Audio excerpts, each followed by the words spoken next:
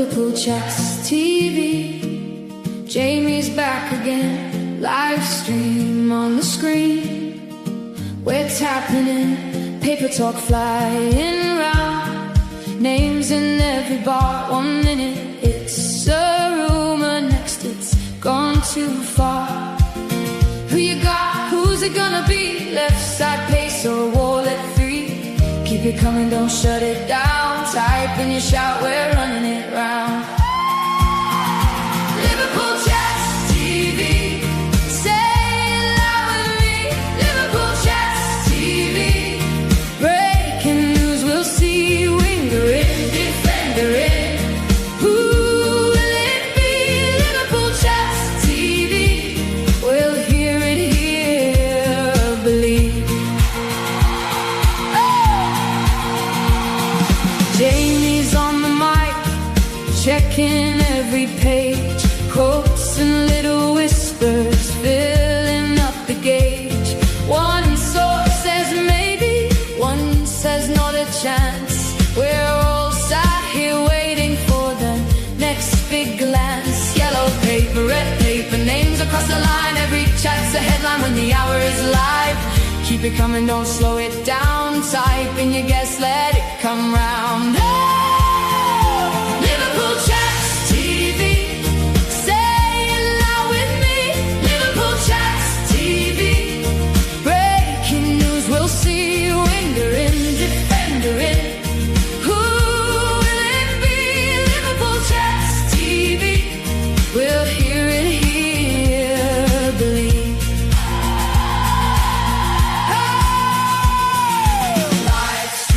Lights on, eyes on the thread. Every little update rolling ahead. Talk of a winger, talk of a wall. One big signing or nothing at all. Liverpool chats TV. Say it loud with me. Liverpool chats TV. Breaking news, we'll see. Winger in, defender in. Who will it be? Liverpool chats TV. We'll hear it here, believe.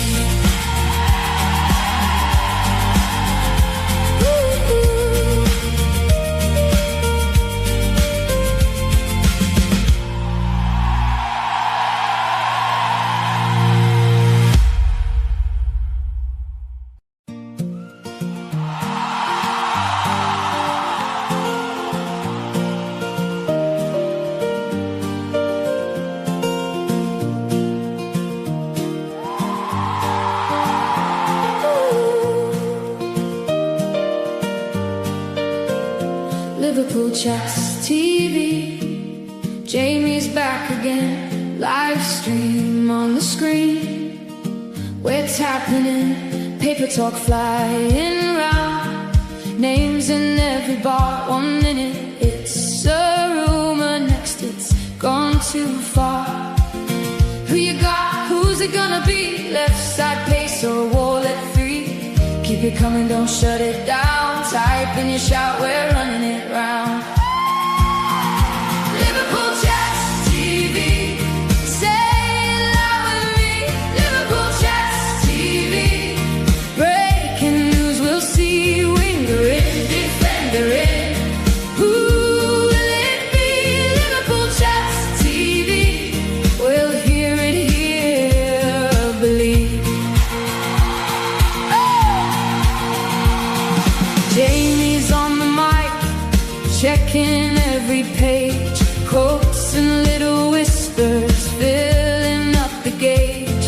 One source says maybe, one says not a chance. We're all sat here waiting for the next big glance. Yellow paper.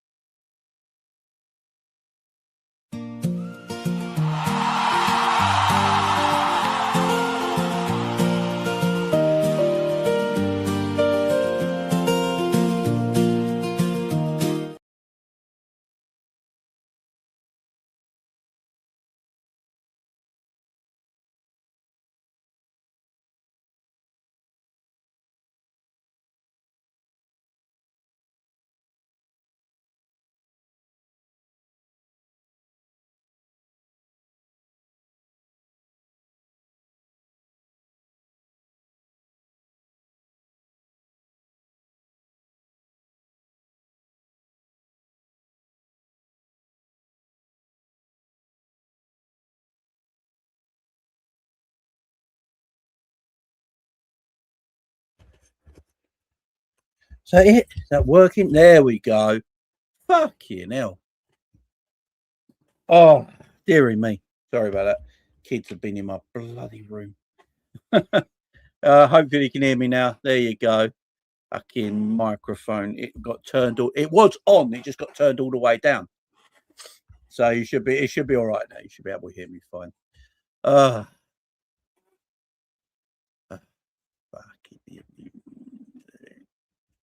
Be up, Shelley. Just became a member as well. My lovely Shelley and her family in the chat. Thank you very much. Be up, Mr. T in the house as well. Be up, Adrian in the house as well. Oh man. Yeah, be up, Ant there as well. I see you there, man. Sarah Puyol, Jay's mad. Big up to you. Yeah, big up everyone, man. Yeah, sorry, my microphone was actually on. I just had it all, the volume turned all the way down for whatever reason. But yeah, I hope you're all doing well. Big up the chat. Big up everyone here. Thank you very much for joining me today. I do appreciate it. And yeah, thank you. Make sure you hit the like, share, subscribe, all that good stuff.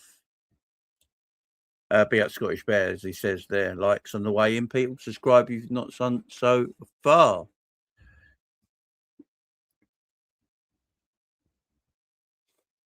Big up Sarah. Big up Sarah Marshall, gifted a membership out. Big up Sarah Marshall, W in the chat. Whoever got that membership. Big up Sarah Marshall, giving out a membership in the chat.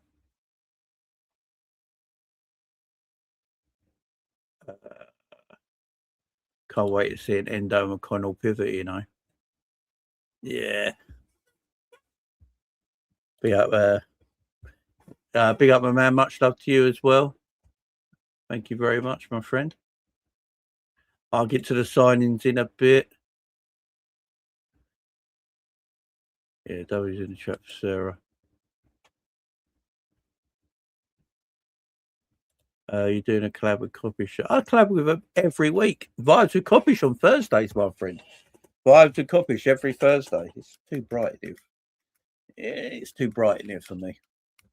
Wally, that's better. Vibes every Thursday night.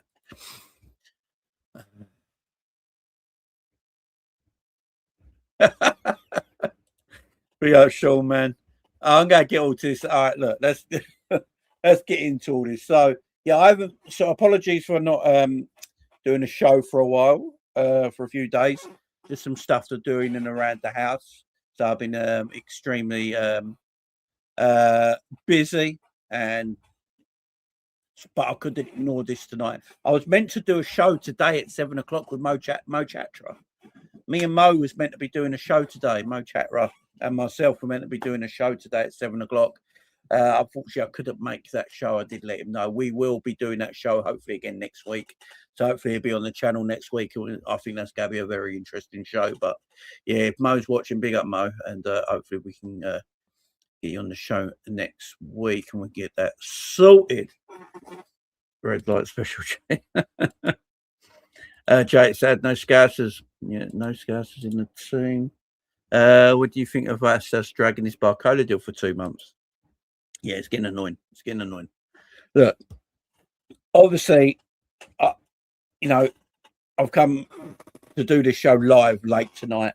As I said, I've had so many issues. I couldn't do anything, but I couldn't ignore this tonight to do this show. And, you know, this Curtis Jones doing the Milan thing it's bugging me. It's pissing me off. I tweeted about this earlier, and the responses to the tweets I had earlier were crazy. You'd thought I would have said something absolutely mental. I believe Vel was in that as well. So, you know, today I tweeted a nice innocent tweet. I quote tweeted Fabrizio Romano's "Here We Go" exclusive, and I said, "So Liverpool are letting go of their second best midfielder from last season." I didn't say second best midfielder at all. I said second best midfielder from last season, who's an experienced player. They better bring in a replacement. Well, people I've gathered don't like Curtis Jones very much by the 42 comments I've had underneath that. Yeah, so yeah, bit crazy.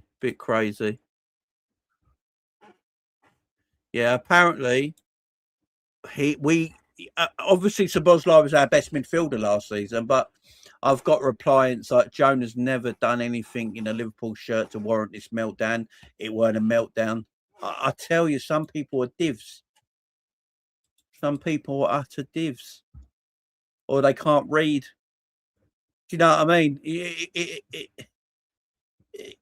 He was Curtis Jones and Szoboszlai were our two best midfielders last season. Everyone said Gravenberch was shit.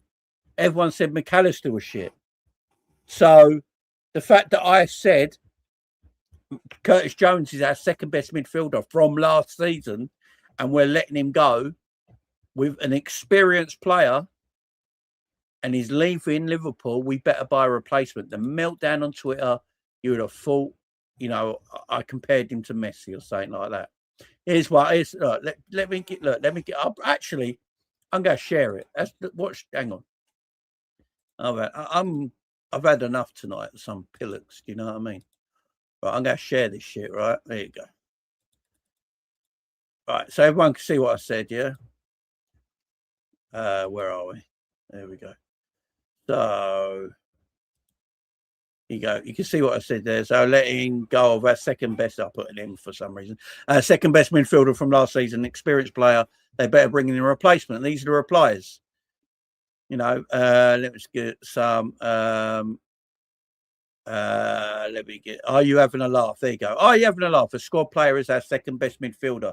See, they can't read because they think I've said they're our second best midfielder. Full stop. I said our second best midfielder from last season. His attitude in pre-season was shocking. He checked out, and that's what he wanted. No one's disagreeing with that. Someone said second best midfielder.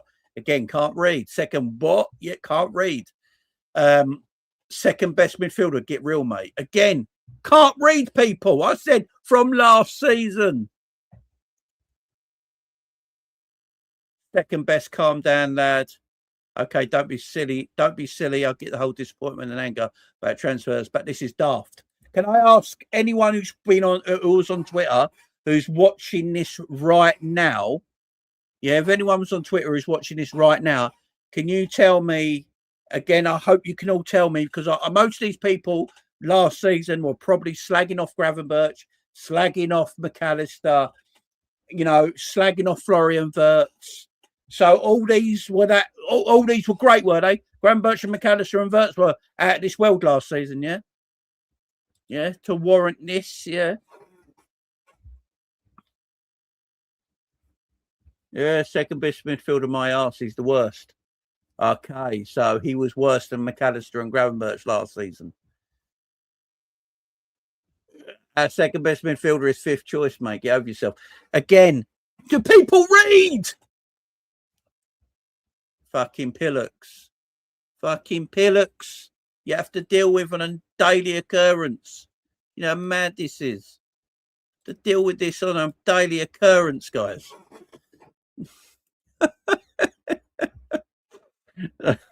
They can't fucking read. It wasn't a wild statement you made exactly. Do you know what I mean? From last season. Like, here's the thing as well, right? It's from last season. I'm not saying Curtis Jones is our second best midfielder or anything like that. I'm just going on the form that the midfield showed last season. And for me, Curtis and Szoboszlai were comfortably our two best midfielders last season. No matter how shit they were, they could have still been shit in the bed, but they were still our two best from last season. And we've sold an experienced footballer who's 25 years of age. He got 1 year left on his contract, and we can't come to contract terms with him. Okay, look, if contract terms we find out is that Curtis wanted to leave anyway, fair enough. If players want to leave, they want to leave. If Curtis feels like he wasn't being valued by Liverpool Football Club, then I'd have an argument with Curtis there and find out why he wasn't being valued and what did they value Curtis as. Do you know what I mean?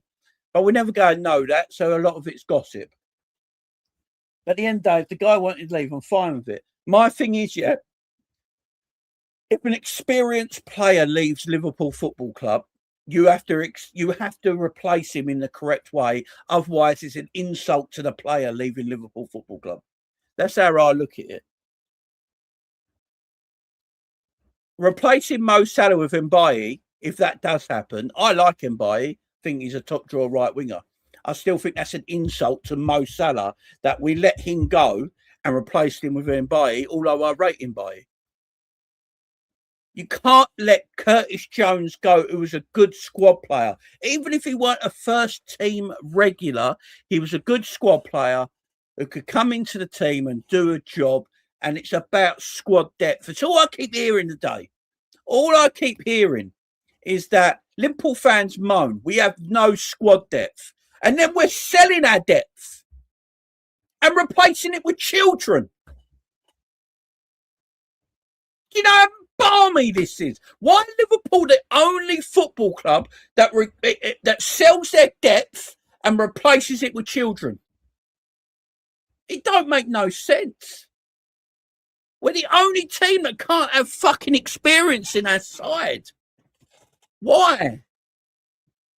Yeah, if Curtis wanted to go, let Curtis go. It's cool. I'm all right with Curtis going. I'm not having a meltdown about the fact that we let Curtis go. It's about how we replace Curtis. It don't matter what people think of him as a footballer. It doesn't mean anything. You've got to get quality in. And here's the problem, guys. If you're selling Curtis Jones today, I expect most people in the chat would want Curtis replaced by a better player. Would that be right, chat? I expect you all want him to be replaced by a better player for today, not for tomorrow, not for next season, for today. Now, I like Trainione. I think Trainione's a talented footballer. I don't know how good Trainione is because he doesn't play football. We always see him in pre-seasons. We never see him a lot in Premier League games or anything like that. So right now, we don't know how good Trainione's going to be at Premier League level. We can have a guess and a hope, and we need to see it, right? But he's not better than Curtis Jones today. He might be better than Curtis Jones tomorrow, but he's not better than Curtis today. Again, we're insulting Curtis Jones, the player, with his experiences going Liverpool in first-team football, to be replaced by Trainione, that we all rate and like and think he's got a bright future. But he's not the replacement. He's not the player for today. And now I'm hearing things today from the Liverpool media, which I hope is not true, that McConnell's going to get minutes now. They cancelled his loan. McConnell was meant to go on loan. They cancelled it because he's going to get minutes. I'm all good, these young players playing, man. I really am. I'm really good with these players playing. But we have got to buy experience at the same time. You have to buy experience at the same time. If you don't get experience, you know, your mate, you could argue, look, we could be putting Trey and McConnell in a bit of trouble, you know, because by saying, like, we're not going to buy the experienced players around you, but we believe in you so much now. You're our projects. We're going to give you minutes now this season. And they're young guys, yeah? They're young guys. They're applying their football from a certain level of football, yeah, a certain ability. Their form is going to go like this. It's going to go up and down a lot. And the problem is, yeah, I know a lot of people, him, Trey and McConnell, have some bad games, yeah? And they will have bad games because they're young lads growing and maturing into these roles.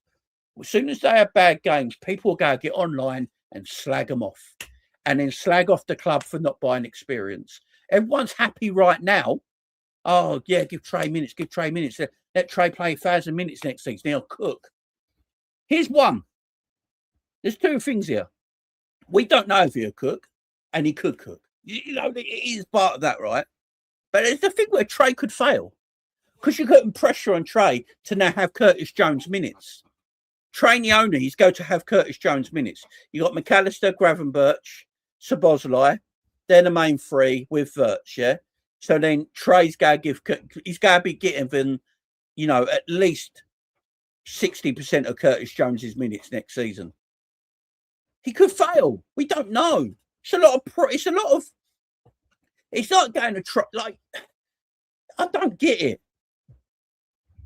I just don't get it. You need experienced people in there. People are fed up with McAllister. People are fed up with McAllister because of his mobility issues. If there's injuries to Szoboszlai and Gravenberch, our midfield could be McAllister, McConnell, or Trainioni. Let that sink in. Because I think we forget injuries can happen, guys. Injuries can happen. Szoboszlai could get injured. Gravenberch could get injured. And then you're looking down your list. You've got McAllister, who everyone is moaning about because of his ability to move around the pitch. And they think he's done. Then Trey and McConnell are your other two, are your backups in depth. And it's not me hating on these players, yeah? I think there's futures for everybody, right? I don't like the pressure put on these young guys to come in and be our squad depth. You know, I don't like that pressure.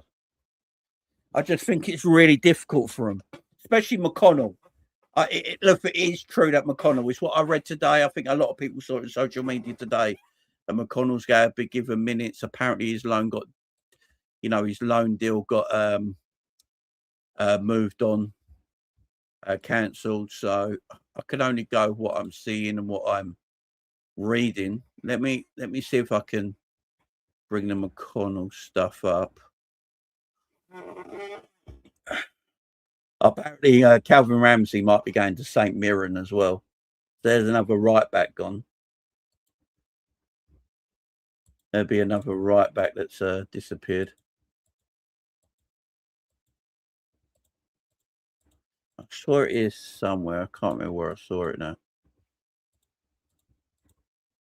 Let me have a look. I'm with you guys.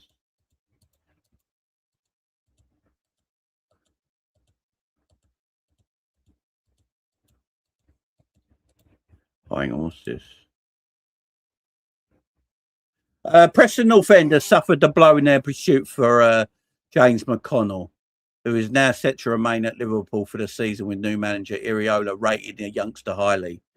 The Lily Whites were set to beat Swansea to the 21-year-old signature. This was on Liverpool LFC transfer room on Twitter. That's where that come from. Again, I don't know if it's completely true. Let me have a look now. Let me have a look on Google. James McConnell. There you go. Liverpool. Here you go. Liverpool call off midfielder after transfer U-turn. Liverpool are in the market to add to their squad, but with work still being done behind the scenes, the final loan move for their youngsters. Curtis Jones is leaving. Liverpool want to keep James McConnell. There you go. It's all over Google as well. Just put James McConnell in Google, guys. You'll see the articles for yourself there. So again, like, is James McConnell completely and utterly ready to be squad depth for Liverpool next season? Is that good enough squad depth? What happened to Arsenal? Saliba got injured. What did Arsenal do with Saliba's injury? Just went and spent 50 million on Konza from Villa. 50 mil because of Saliba's injury as backup and defence. They're not taking risks. They're not putting a youngster there. They're not promoting a youngster from their academy into their defensive stuff. They're buying. They're trying to get rid of Wanyeri now. You know, that's another youngster, promising youngster. There's got no room for him. So they got better in the squad.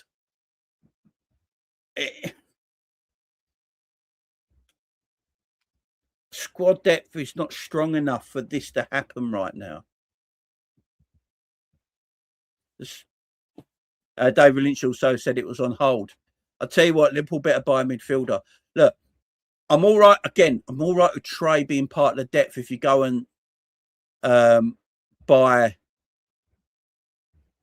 a Liverpool, you know, a first team Liverpool player as well at the same time. If you go and get that first team player, I'm all right with Trey being depth as well. But Trey and McConnell together with no signings brought in is a weak depth in your midfield. It just is.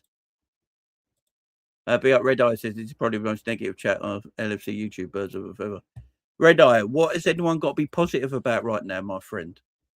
I mean, if you're positive, cool. You know, we play Newcastle this weekend. We got no right winger. Mo Salah left in April. Mo Salah told Liverpool he's leaving in April. We got Newcastle this weekend. We got no right winger. There's not an actual right winger in the football club.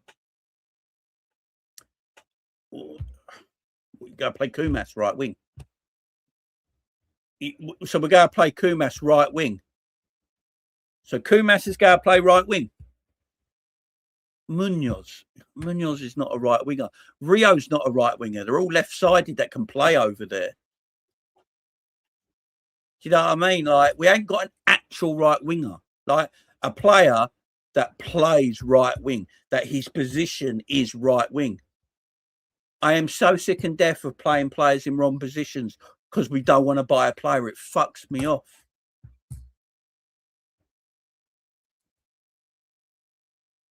God forbid when Virgil leaves at the end of next season, we got to find a Virgil replacement. Fuck you now.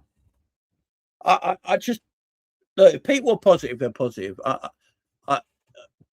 I'm not being negative for the sake of being negative. I'm just bringing you the news and how I feel right now. If people feel fine about Curtis leaving, and it's not even me rating Curtis as a player, this has got nothing to do with any of that before anyone starts in the chat about me maybe overrating Curtis and all that. It's not that, guys. He's a 25-year-old midfielder, right, who's won 2 Premier Leagues, right, who's been decent or good for Liverpool for the majority of the time he's been at the football club. And we're letting him go. And his replacements are 2 academy players that we don't know are going to be good enough right now. I'd rather keep Curtis and promote the other 2. Squad depth is so important. I would rather keep Curtis and promote McConnell and Trey. At least you got more squad depth there, and you still got Curtis at the club with that bit of experience around the bench. That's fine. But selling Curtis and not bringing one midfielder in with experience and knowledge and know-how to then promote 2 other players. And again, it's not about him wanting to leave, contract situations or anything like that. Don't get me wrong, guys. It's the fact of replacing him, people. It's the fact of replacing him. That's the issue. That's the issue I'm having here, guys. Not the player stay. Like, people don't get it. I swear. Look, guys, don't come to me next season if we got no Curtis replacement in the squad and we got Trey and McConnell, and I can see it now. Actually, I can see it now. It's Christmas time. Szoboszlai's got a suspension on a little niggling injury, and Gravenberch ain't available. So we've got to play a double pivot of Trey and McConnell with Wirtz. Or Trey and McAllister. Trey and McAllister in a double pivot with Wirtz in the 10.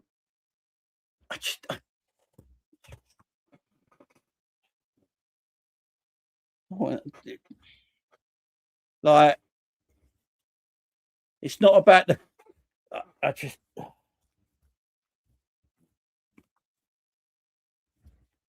I'm just trying to be honest here, guys. Do you know what I mean? I'm trying to be honest. So I'm trying to be honest. You know what I mean? It's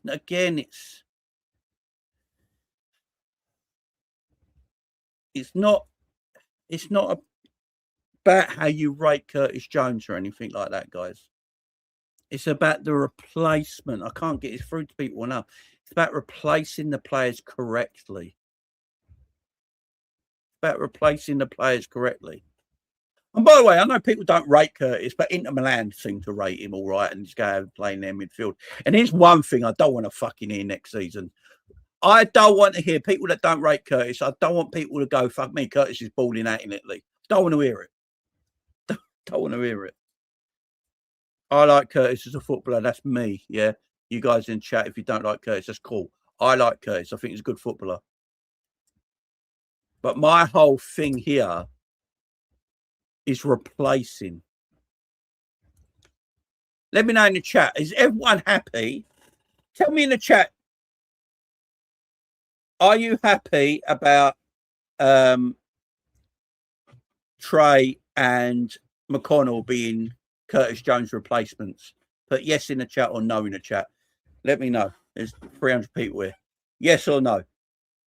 Are you happy with Trey and McConnell being Curtis's replacements in midfield? Yes or no in the chat? I just need to gather where we are as a club right now and a fan base. Because all I keep seeing is Liverpool fans moaning that we don't do enough business and we don't get the players in. And then, yeah, I mean, it's crazy, man. It's crazy. One thing I will say, Joker, big up, man. How do we know Trey's better than Curtis? How do we know? He might be eventually, but right now, in August of 2026, Trey Leone is not a better footballer than Curtis Jones. He might become one, but right now he's not. Right now he's not. Just isn't. He could be. He could be in a year's time better than Curtis Jones. He could be better than Curtis Jones in 6 months' time. But, you know what I mean? Right now, we don't know. Even if you think Curtis Jones is average, right now, we still don't know how Trey's going to be. Again, Trey could be good in 6 months' time. And I've already said I'm cool with Trey being part of the squad anyway. It's still replacing. I don't think Trey Leone is a replacement for Curtis Jones. I think Trey should have been part of the squad with Curtis Jones in the squad, guys. That's what I'm trying to say to people here. He's not a replacement. Trey's a player who should be in the squad anyway in our midfield. So what we've done is promote Trey to the main event squad anyway, the main squad anyway, and then still taking a player away. If you're asking me, it looks like to me it's going to be McConnell who's going to be Curtis Jones's replacement. Because I think Trey was going to be in this squad anyway. I think I saw a load of no's in the chat as well. Big up, chat, man. I think even if Curtis Jones stayed at Liverpool, I think Trey only gets minutes this season anyway. I think Trey plays football this season anyway, even if Curtis Jones stayed here. So for me, if they paused McConnell's loan, and as I said, we read earlier that apparently Iriola now likes McConnell, then McConnell's Curtis's replacement. That's what I'm trying to say, guys. This is what I think people might not understanding. It's not about Curtis being replaced by Trey. So my midfield before the season kicked off, if we didn't sell Curtis Jones, it'd be Curtis, it'd be Trey, Gravenberch, Szoboszlai, McAllister, and Wirtz. Yeah, that would have been my midfield. That would be my midfield six, yeah? That would be my midfield six to start this season. Now I've got rid of Curtis Jones and I've added McConnell. So now I've got McConnell, Trey Leone, Wirtz, Szoboszlai, McAllister, and Gravenberch. There's now my six. And I think Endo's going to be a centre back. If Endo plays, he probably plays as a centre back. I don't think Endo even stays.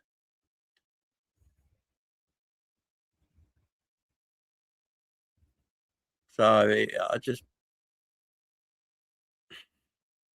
You got Harvey Elliott as well. I don't think Harvey Elliott. I'll be surprised if Harvey Elliott. So let's put them all in. Yeah, let's put them all in. Let's put everyone in our midfield. Right.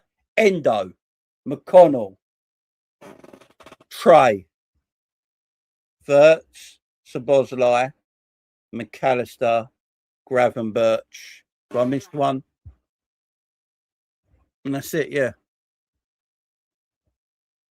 And Harvey Elliott. Was it Harvey Elliott I missed? There you go, Harvey Elliott. We got rid of Harvey Elliott last season on loan because we believe we weren't good enough. And what Harvey Elliott has shown in this pre-season, that he's not good enough. So Gravenberch, who a lot of the fan base don't rate. McAllister, who a lot of the fan base don't rate. Szoboszlai, which most of the fan base rate. Wirtz, some fans are a bit 50-50 on him. And then the rest of our depth is going to be Harvey Elliott, Trainioni, McConnell, and Endo. Yeah, cool. Wicked. Wicked, wicked, wicked. Cool. So we've got two midfielders that play first team for Liverpool in McAllister and Gravenberch that a lot of the fan base are unsure about and wouldn't mind seeing sold. Then we've got Trainioni and McConnell, who apparently go get minutes, that are youth players. Then you got Endo, who I love because he's Endo, but he's in his 30s and he's slow as fuck. Then you got Harvey Elliott, who at the moment looks a little overweight and has hardly played football for 12 months. And then there's Florian Wirtz, who's your attacking midfielder. There's our midfield squad depth. Great. Fantastic. Brilliant. Beautiful. And by the way, and out of all them midfielders, apart from Endo, who can't actually do the job, we haven't got a DM. So where do they all play? Does anyone actually think? Doesn't anyone actually think that Harvey Elliott plays in a midfield three for Liverpool? Does anyone think that Harvey Elliott plays in a midfield three for Liverpool? We loaned him to Aston Villa. We loaned him to Aston Villa because we didn't believe he was good enough to play in our midfield. Again, like, people might be getting what I'm saying, might not understand what I'm saying or think what I'm saying is wrong here. Cool. It's not me hating on Trey. It's not me hating on McConnell. They could be really good professionals in the years to come. I do think Trey's going to be a star. And I've said it already. I think Trey was going to be part of our midfield squad this season anyway. That's what I'm trying to say to you guys here. Trey is not a Curtis replacement. He was going to be part of the midfield anyway. We've already seen reports this season about Trey joining up with the Liverpool first team this season before Curtis was even sold. We've already saw them reports. And now, is anyone not a bit surprised that Curtis got sold today and only yesterday they stopped McConnell's loan deal? So as I look at it right now, 25 minutes past midnight on the 20th of August, 2026, because things can change tomorrow, but right now speaking, McConnell is Curtis Jones's replacement in the midfield, not Trey. He was already going to be part of this midfield squad.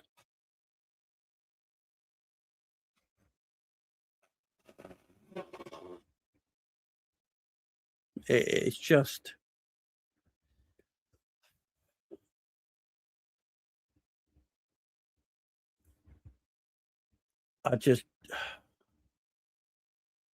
It just, I don't know, guys.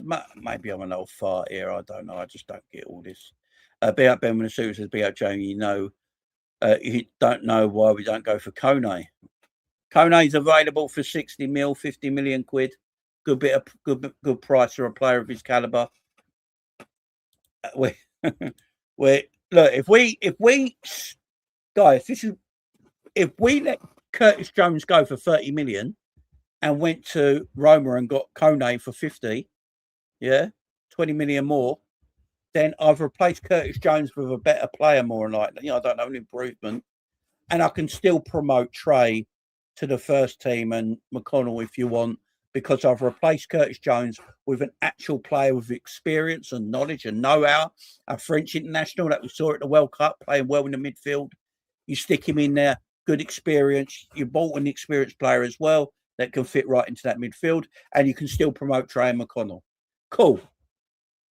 But what we're doing is when we're promoting two players, one which was getting promoted anyway, one we stopped his loan deal 24 hours ago, and then 24 hours later we're selling Curtis Jones. Sometimes things mirror up. There's a reason why we do things. Look, it might be because we've decided not let him go to Preston North End. We're going to think about loaning him somewhere else. Maybe someone else comes in from McConnell and we loan him elsewhere. Or we're not looking at a loan and we're going to sell McConnell and get a few quid for him later in the window. Could happen. But right now, I'm just looking at it and going, hang on. So we sold Curtis today, but yesterday we then stopped McConnell's contract termination, his loan move. So apparently Preston, Swansea and Leicester all wanted McConnell on loan and we stopped it.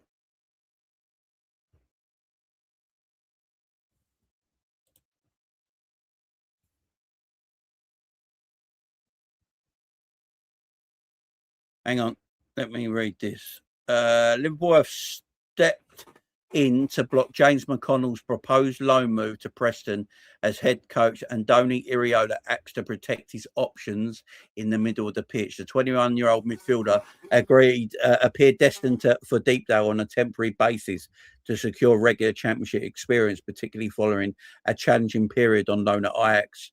Preston believed they had everything lined up after guaranteed starting minutes, but Liverpool called a halt to proceedings in recent days following direct discussions inside the AXA training centre, according to recent reports. The dramatic late shift comes against the backdrop of Curtis Jones's immediate departure to Inter Milan, have struck an agreement for the 25-year-old, a package around 30 million quid, bringing an end to the long association with his boyhood club.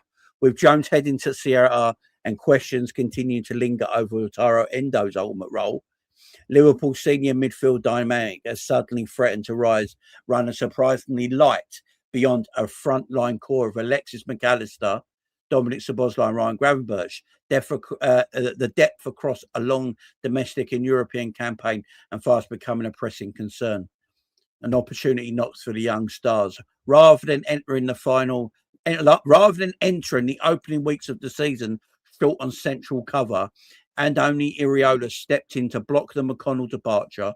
The report also states that the decision was communicated directly to the player, with Iriola making it clear that he features in immediate matchday plans and will be given opportunities to play. Sporting director Richard Hughes also met with McConnell to reassure him no fixed exits in the middle, leaving the door wide open for both McConnell and teenage talent Trainioni to press for starting minutes on merit. There you go. As I've been saying, as it looks right now, Trainioni was always getting promoted to the Liverpool team.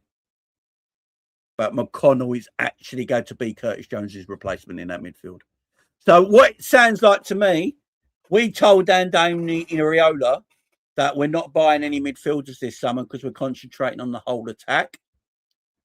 And for that reason, he's decided to go and keep McConnell, who he probably was impressed with in training. Do you know the other thing that's weird as well? Apparently, Arne Slot, when he was at Liverpool, liked McConnell out of all the youngsters in midfield. That's why we sold all the other youngsters in midfield, apart from McConnell. He went on loan to Ajax because Slot thought McConnell was the one in that midfield. Now, Iriola has done the same thing. So obviously McConnell's got something that these managers like. But it looks like he's been told there's going to be no recruitment in that midfield. So McConnell is Curtis Jones's direct replacement. Again, this is why I was talking about earlier. It's not me rating Curtis Jones or the quality of Curtis Jones or anything like that. Nothing about that. I rate Curtis Jones on a personal level, right? But I'm not talking about that situation right now. I'm talking about the situation of him leaving. And the replacement looks like it's going to be McConnell. I just think it's crazy. I just... Tyler Moulton... You look at it now, Tyler Moulton should have stayed.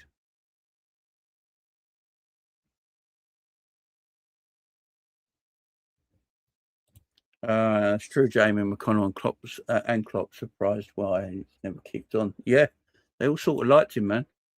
Yeah, apparently Chiesa's injured as well. Be up my man Scraps. It's just I don't know if Chiesa's injured because it was Fabrizio who said that he's injured. I wonder if he's injured or we're looking to let him go. Some news here from Lewis Steele. Big up, Shanks. He says Luke Chambers will not be going out on loan unless there's a really good offer from a really good club.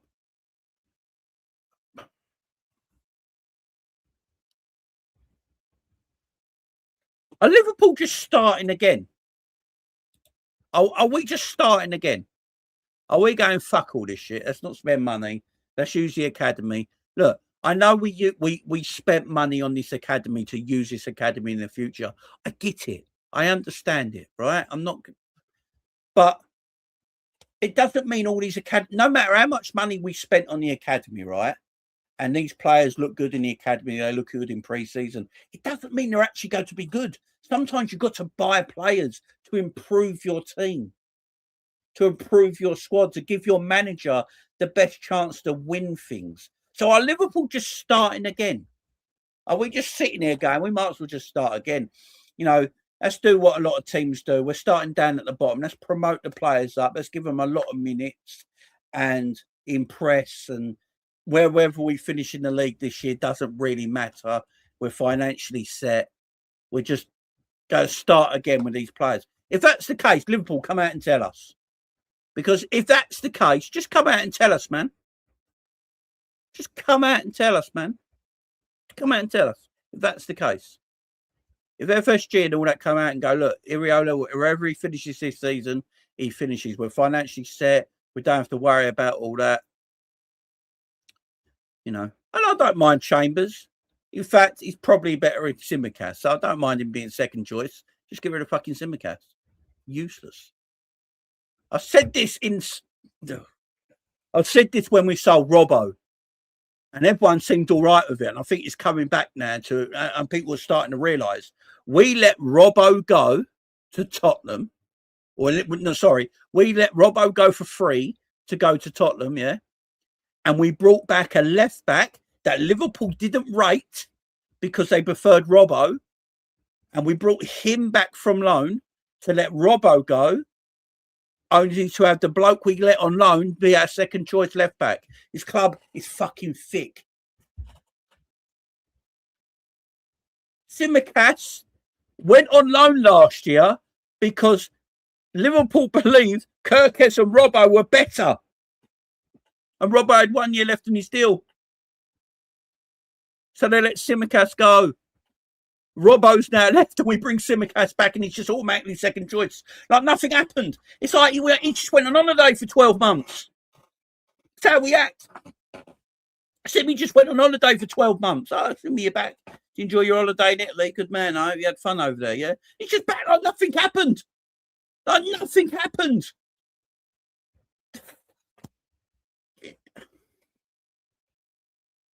People think Tsimikas is good enough.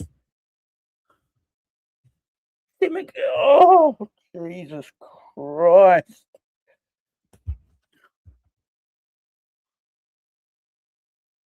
It's just...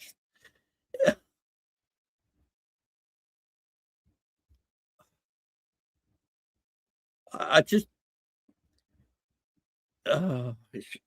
don't get this. I don't understand what we're doing. I don't understand our recruitment. Haven't we just let go of Robbo, Salah, Trent, Kanate, and Curtis Jones?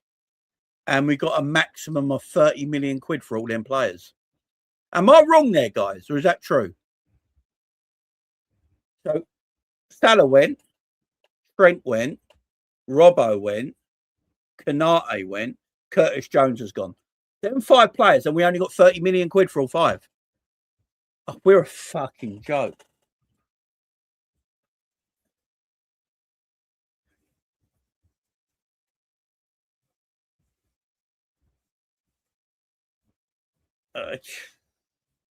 Is that true? Guys, is it true? 30 plus 10. We let all them guys go for less than probably 40 million. Oh, yeah, we've got 10 million for Trent. So 40 million for all them players.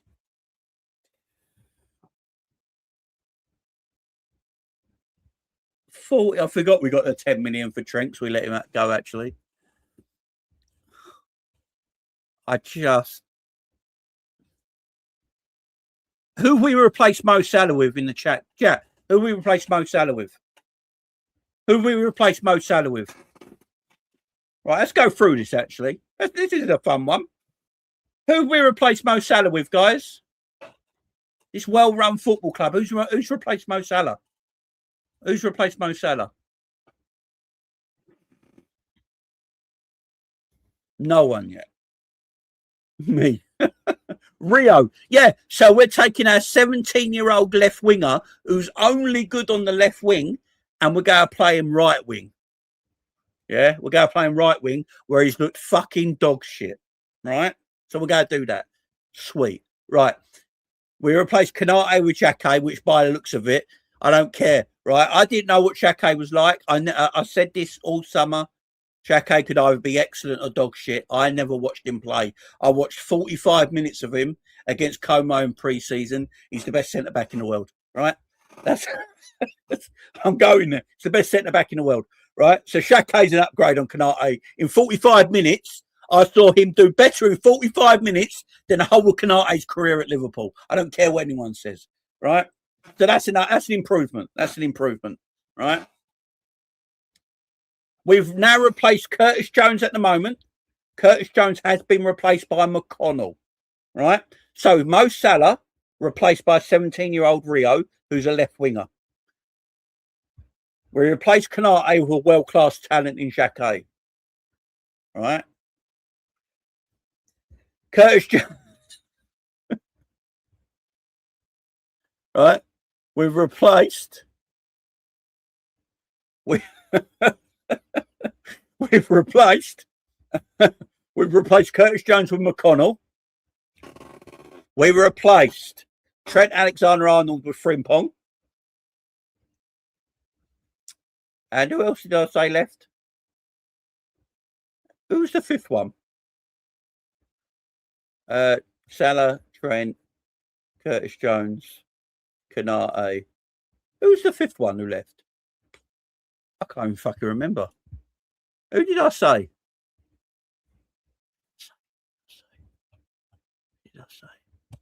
Robbo.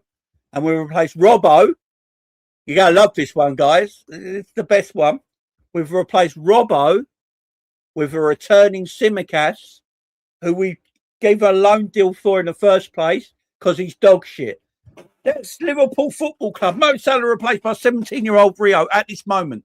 Things can change. The transfer's got 12 days left. I want to see a real right winger at Liverpool. But at the moment, we're playing Rio right wing, right? Xhaka replacing Kanate. That's a big thumbs up, right? I think we can all agree. At 45 minutes showed it, right? Curtis Jones replaced by McConnell. Salah, Curtis Jones replaced by McConnell. Robbo replaced by Simicast, and Trent replaced by Frimpong.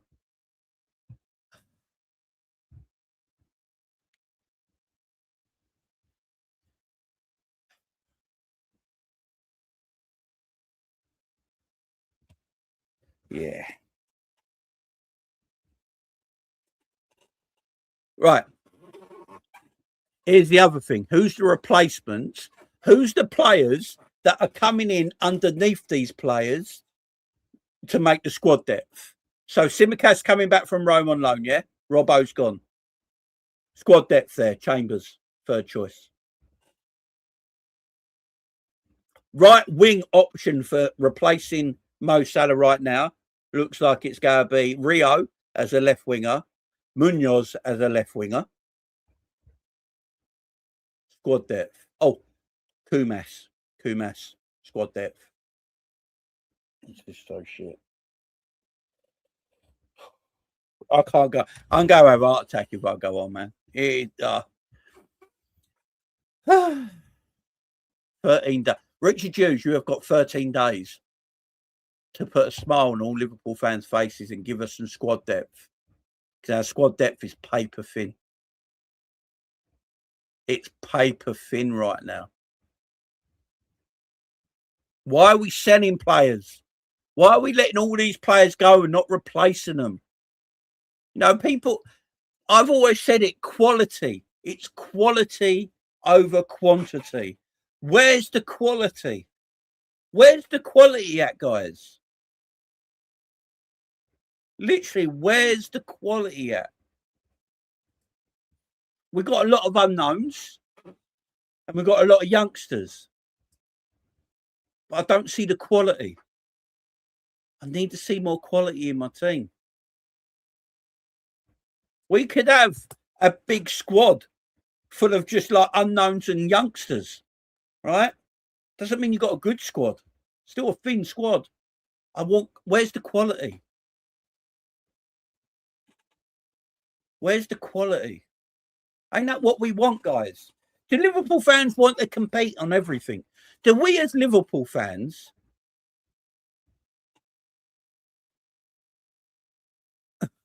Bring up. Jay, your rant after the first leg against PSG was absolute cinema. I was laughing for a week. Big up, man. And look, I don't like ranting, yeah. I don't do that, right? I've seen this a lot now with a lot of people and that about content creators like to do things for negativity reasons on purpose. I'm telling everyone right now, negativity don't sell like people think it does. It really doesn't. People don't actually want to go onto YouTube and see hours of negativity. It's fucking, no one wants to see that. I'm not being negative for reasons, guys. I'm just talking to everyone right now as well because I'm concerned. At this moment in time, I'm very concerned about the way we're building a squad and a squad to go on all fronts. And that's meant to be the point. You know, it's meant to be the point of what we want to do. We want to win things. We're Liverpool Football Club. We want to compete for the Premier League year in, year out. We want to compete for the Champions League year in, year out. We don't want to keep taking 2 and 3 years off to build our squad again, to have a 2 or 3 year run. It stops. We have to build again. Stops, goes, builds again. We should be building consistently. Getting to that level on a consistent basis, yeah? Keep going, keep going, keep going, keep going. I think at the moment we think too much of a... Be up Baz in the chat, man. Much love. I think we think too much on, you know, the academy at times at Liverpool. Like we're putting a lot of money in the academy. We're buying a lot of young stars from around Europe, you know, and putting them in our academy and building that up. And that's going to be the future of Liverpool. But guys, not all these academy players work. They might be talented footballers, but they might not work. And the same with transfers. I get it. But I think it's a bigger risk. I think it's a far bigger risk trying to lean on your academy in where we are in football right now in 2026. I just think it's a bigger risk than going out there and buying transfers. Because the thing is with these youngsters and all that, as I said, they go through a lot of spells of downs and ups. You know, it happens. And you want to give youngsters the best platform to play on. You know, look at Foden when he came through at Man City. Look at the midfield he had to be backed up on.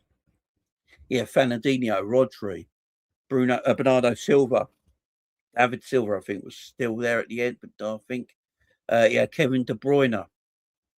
You had, who's the German midfielder? It's gone out of my head now. You know, he had all that talent in that midfield. So when Foden came into that team, he had so much quality around him and backed in, like, he couldn't fail. You know, it was on him then. But he had no pressure on him because he could play his natural game because look at this fucking talent, right?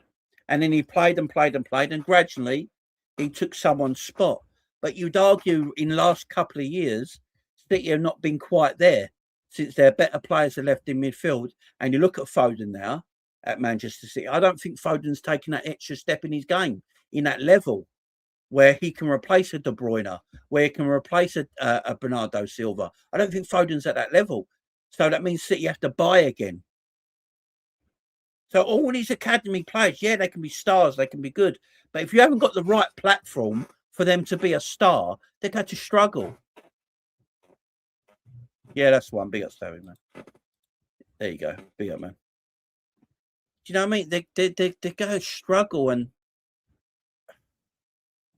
you need a platform there, man. You missed the Phil Bad days. When he was when he a British record signing for a defender at the time when we bought him, I swear he was. Yeah, it's a shame, man. It's a shame. Yeah, the Sanes as well, and the wings, the Mahrezes, the Agueros, the Sterlings. You had them like they could come in and play with and relax about their game. Yeah, there you go. Yeah, it's crazy money for Bad back in the day. Bought him from Coventry, if I remember rightly. Yeah, I think City might as well, to be fair. So, yeah, look, again, anyone watching this back, it's not me slagging off the Trays and the McConnells of this world, right? It's the fact that we haven't got enough depth in our midfield to give these two guys the benefit to go out there and kill it for Liverpool. I think Trey would do well, no matter anyway. I think Trey's going to come into Liverpool, into that midfield, and be a good little footballer. I really do. I do feel that. McConnell, I'm not too sure about. I'm not sure about. I wish Liverpool went and bought a player and still promoted them two players. Do you know what I mean? That's what we need to do. Buy a player with experience and then promote them two players into the first team. I just feel like we're just wasting time. Again, I just really worry about Liverpool next season, guys. This midfield, the midfield really worries me, man. It really does. One injury to Szoboszlai and Gravenberch, and we're looking at Endos, Elliott's, McConnell's, and Trays to help us go forward. That's your depth. It's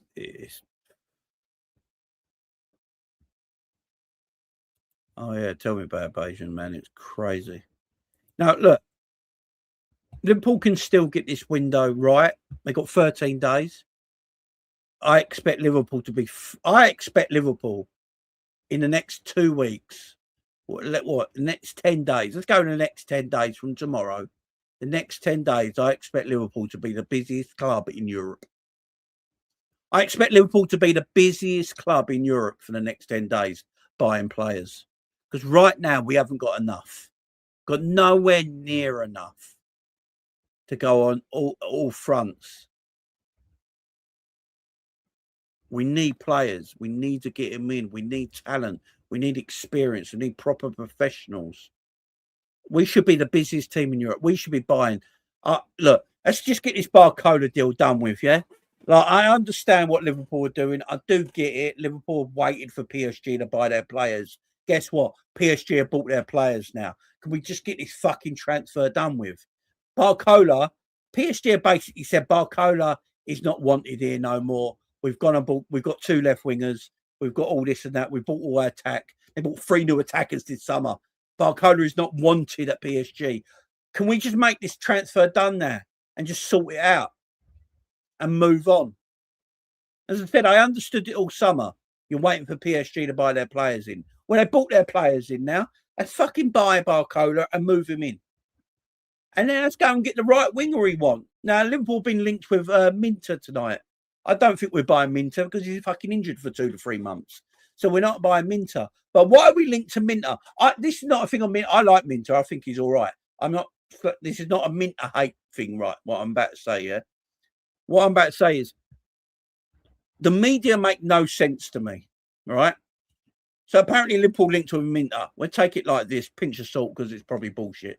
But how can Liverpool be linked with Minter when apparently Liverpool can't afford Mbaye? So apparently Mbaye now Liverpool can't afford. And Mbaye was apparently going to buy Leverkusen 2 weeks ago for about 40 for about 40 million euros, which is about 32 million quid or whatever it is, right? But all of a sudden now, Liverpool can't afford him. But then we're linked to Minter, who Brighton will want at least £70 million for. So who the fuck is going to be our right winger? So who's going to be our right winger? Who can we afford at right wing? Let's get the Barcola. Who? We've been linked to Vendrick, apparently, 65 million. So is that 65 million euros or pound? I mean, I'll take Hendrick. He can play right wing and striker, but he's not really a right winger, is he? He's more of a striker. It means we've still got no official real right winger in our football club, even if we got Hendrick in. And I like Hendrick. I think Hendrick's good. I think as a backup to Isaac next season, that's a good option. Give me it. But buy me a right winger, buy me Hendrick, and buy me Barcola. We're Liverpool Football Club. He's saying we can't afford all this is bullshit. Made 700 odd million club revenue last season. Don't tell me we can't afford this shit. We have just let go of so many wages in our football club. We'll probably save shitloads of money. You know, it's just, you know what I mean? Just get me a natural right winger. So we've got no one naturally who plays it. Yes, Munoz can play right wing, but he's naturally more happy on the left-hand side.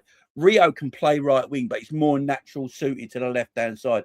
Yes, Barcola can play right wing, but again, his best performances come off the left. Who is our natural right winger? Who's the player we can go and buy on that right-hand side who can naturally play off the right? That's his position. Go and get me one of quality. There's got to be some out there. Who's that guy we've been linked with today? Is it Dario something? Someone in the chat can tell me. Oh, it's Dario something. You know, he's naturally a right winger. I think he's left-footed right winger, you know, who likes to cut in and score goals and stuff like that. I can't remember his name. Dario or Dario. Is it Dario something? Someone in the chat will be able to tell me, man. Is it Dario Ocio or Ocio or something like that, right? Yeah, this geezer. Yeah. Go and get me him. If he's a natural right winger, left-footed right winger, and he's a good price, don't get me him. If I've got Barcola in the team on my left-hand side, I've got Isaac through the middle, and I've got this guy on the right-hand side. I don't know much about him, but at least he's a natural right winger, so my balance in my team looks better. The balance of the team will look far better with natural right winger, natural left winger, and a striker. Instead of trying to put people at the right wing. I don't want to see Szoboszlai right wing. I don't really want to see Rio on right wing. I don't really want to see Munoz on right wing. It just makes no... You know what I mean? I want balance in my team, man. I just want balance and natural balance in my team. Get Murphy, man. Set him up. I hear you. Is that all he is? 17 million. If that's all he is, go and buy him. At this moment in time, I'm just sitting here going, like, a natural right winger that's got an eye for goal and can take on a fullback is going to be better than left wingers playing right wing. They just are, because it's natural to their game.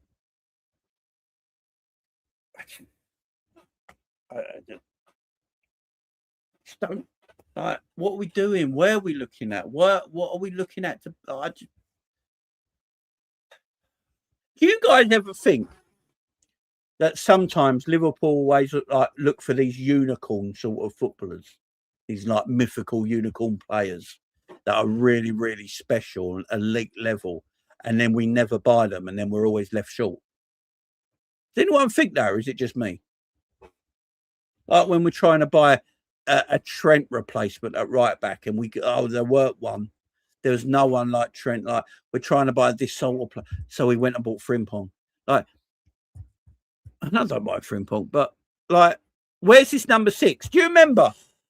A couple of years ago now, guys, a few years ago, we wanted Zubimendi as our number 6. Be up, Lewis. Yeah, be up, Buzz.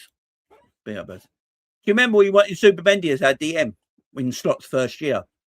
Yeah, Richard Hughes' first bit of business was getting Zubimendi, and we didn't get Zubimendi. He obviously went to Arsenal the following year, yeah. But what did they say when we didn't buy Zubimendi? What did they come out and say in the media? There's no other DM in European football like Zubimendi, so they go to try and make Gravenberch that player. That's what they come out in the media and said. Like, there's no other DM. Zubimendi's shit. So you're telling me, like, Zubimendi's crap, right? So you're telling me there's no midfielder like Zubimendi in Europe that Liverpool could have gone and bought to put in that position, so he took Gravenberch as an 8 into the 6. Fucking bad.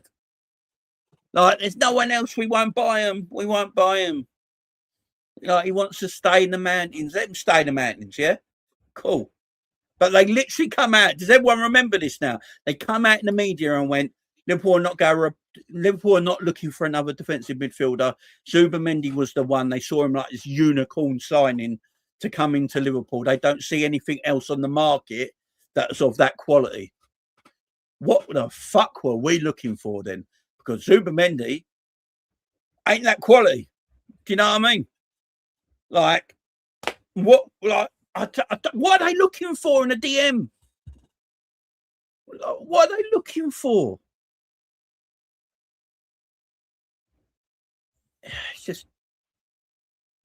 It's just bullshit. It's just bullshit every time, man. No, Jamie, when we got Zubimendi, Liverpool told us Jones was the future. Yeah, there you go. Now we let Jones go because he's not the future. This is what I'm trying to say. You've got people like Stiller out there, right? Good German DM, yeah? I think he's cheap, 35 million. Can dictate play, move the ball around, sits in that pocket, in that deeper position, can dictate the play. He's there. Yeah? Go and get him. All this ball, we just go after. We're always looking for these special big up tips. We're always looking for. I think I saw Pat Tate in the chat as well. Big up, Pat. We take no risks in anyone, man. We take no risks in anybody. You got Lamine Kamara. We got loads of players out there, but we don't think they're better than what we got. We're always told, are they better than what we got? Well, if what we got is Trainioni, McConnell, Harvey Elliott and Endo, then if there's not better players out there that can come in and do a job for Liverpool better than them 4 players, then football's fucked. Football is fucked. Or our scouting system is fucked, or we just lie like we fucking lie like there's no tomorrow.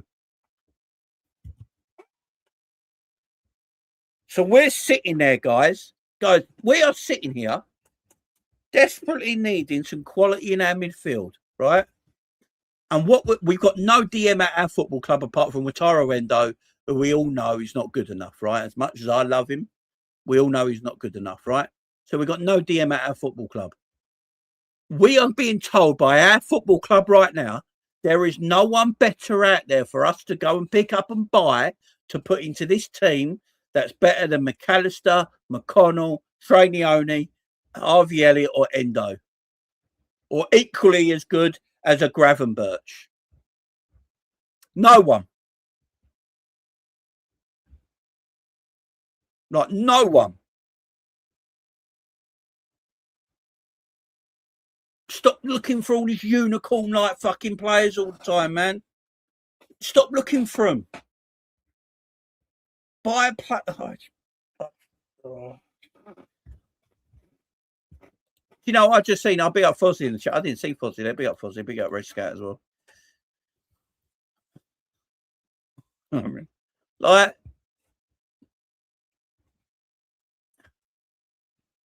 you know, I'm so, like, we all love Endo, but we know he's too old and too slow now. You know,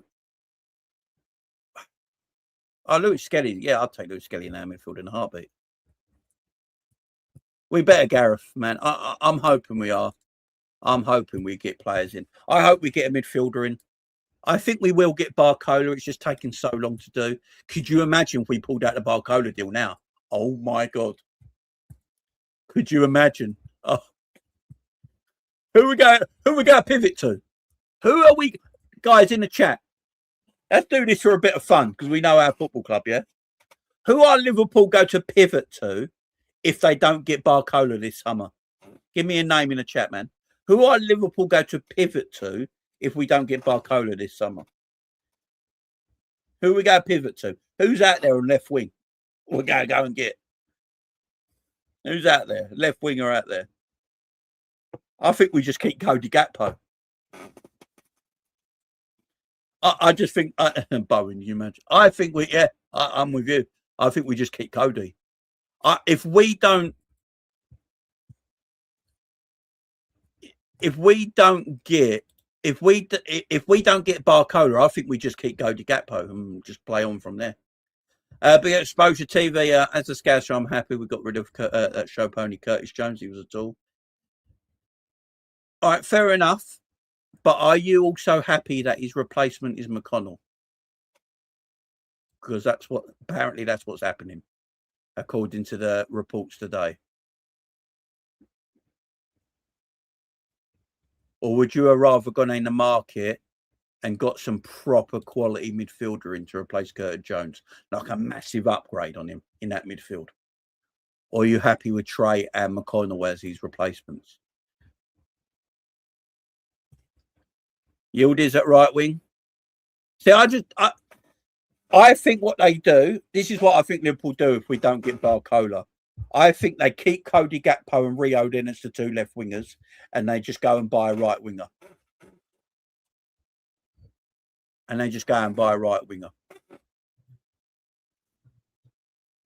That's what I think happens. I just think Cody's going to stay if we don't get Barcola in through the door.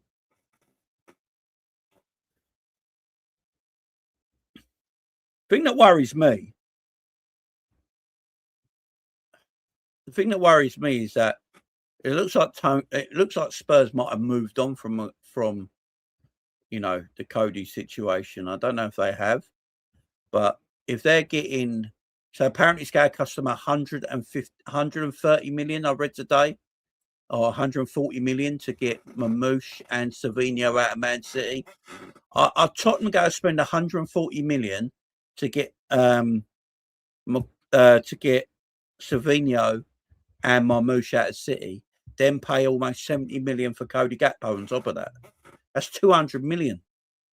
Could be 210 million quid for Cody, Savinho, and Mamouche. I just don't see him doing that. And that then tells me is that, if they do that, they're then going to have to get rid of someone in their attack, ain't they? Fab said Spurs went all three. Hey.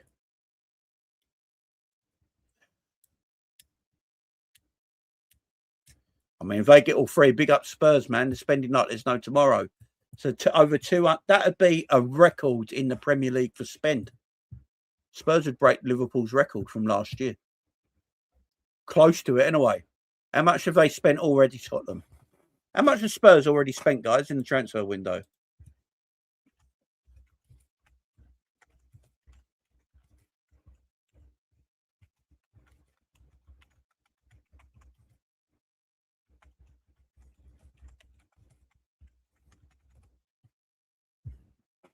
How much has Spurs? I reckon they'd have to break our record.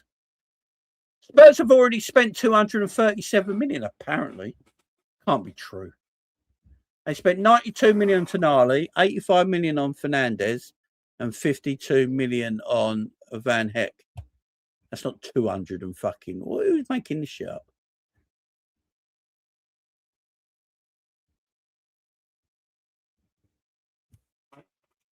It's crazy. How much is that? Hang on, let's get the old calculator here. Actually, it's too late. My brain's not working.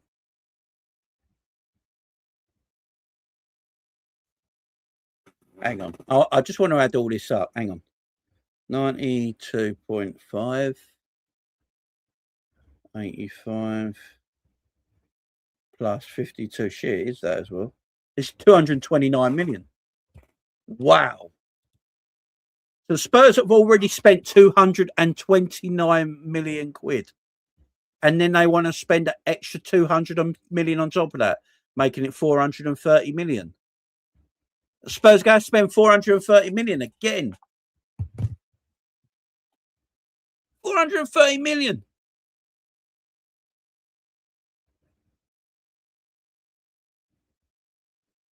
That's what I'm trying to say, man. So Mamouche and Savinho will cost them around 140 million for both of them, right?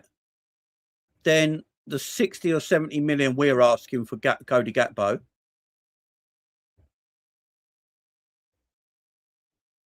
£440 million quid Tottenham could spend this summer. Anyone a bit worried that Cody's actually not going? And we just go shitload of left wingers. I'd keep Cody, to be fair. I'd get Barcola and keep Cody. But I think you need, 400. They could break Liverpool's record, you know. Who have they sold? Have Tottenham actually sold anyone? That's the other thing I don't actually know about, if they've actually sold anyone.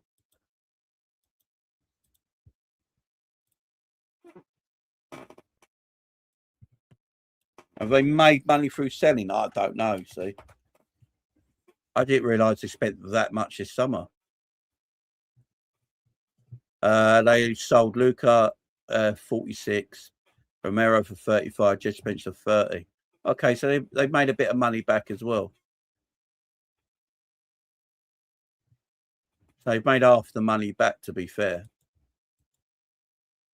Yeah, it's just, yeah, they've made a lot of money back. I forgot they sold. You know, that Luca guy went to Brighton. He never actually played for Tottenham, did he? But he went to a 46 million. Christian Romero for 34. Jed Spencer 30. And I think for Vicario is going for 8 or 10 million, ain't he? To Juventus. So yeah, they sold a bit as well.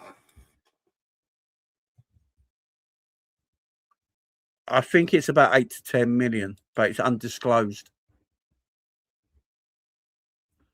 Yeah, sold a bit of money, spent a bit of money. Hey, if they get them 3 attackers as well, you know, that's 400 odd million pounds spent, and there's Liverpool saying that no one's better than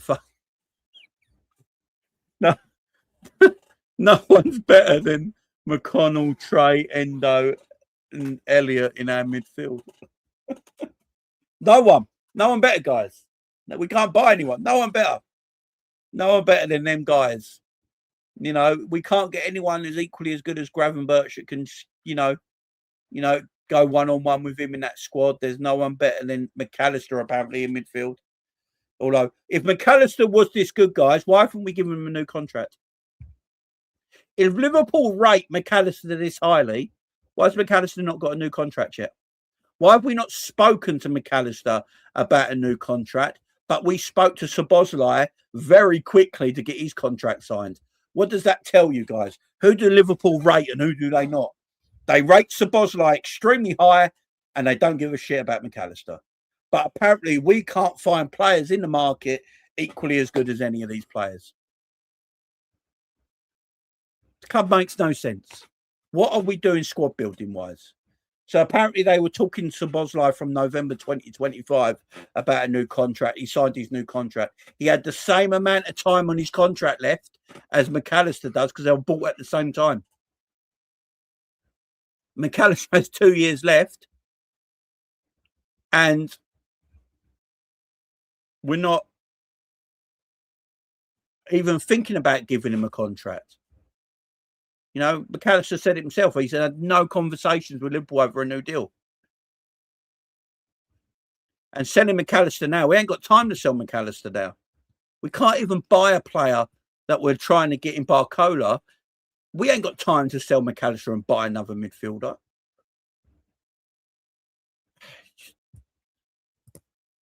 I don't get it. So we got. Hang on. Let me see if I can get this right a minute. So we let go of Robbo, which I think's the right thing. Robbo going at the right time for me. Right? I'm all right with Robbo leaving Liverpool. But to replace Robbo, we brought back Tsimikas, who we put on loan because we didn't rate him more than Robbo the season before that. And that's why Robbo stayed and Tsimikas went. We made sure Szoboszlai's contract was done because we rate him very highly. Apparently, we rate McAllister, but we haven't spoke to him yet about a new contract. And he's got 2 years left on his deal. We've sold Curtis Jones and replaced him with 2 youth players.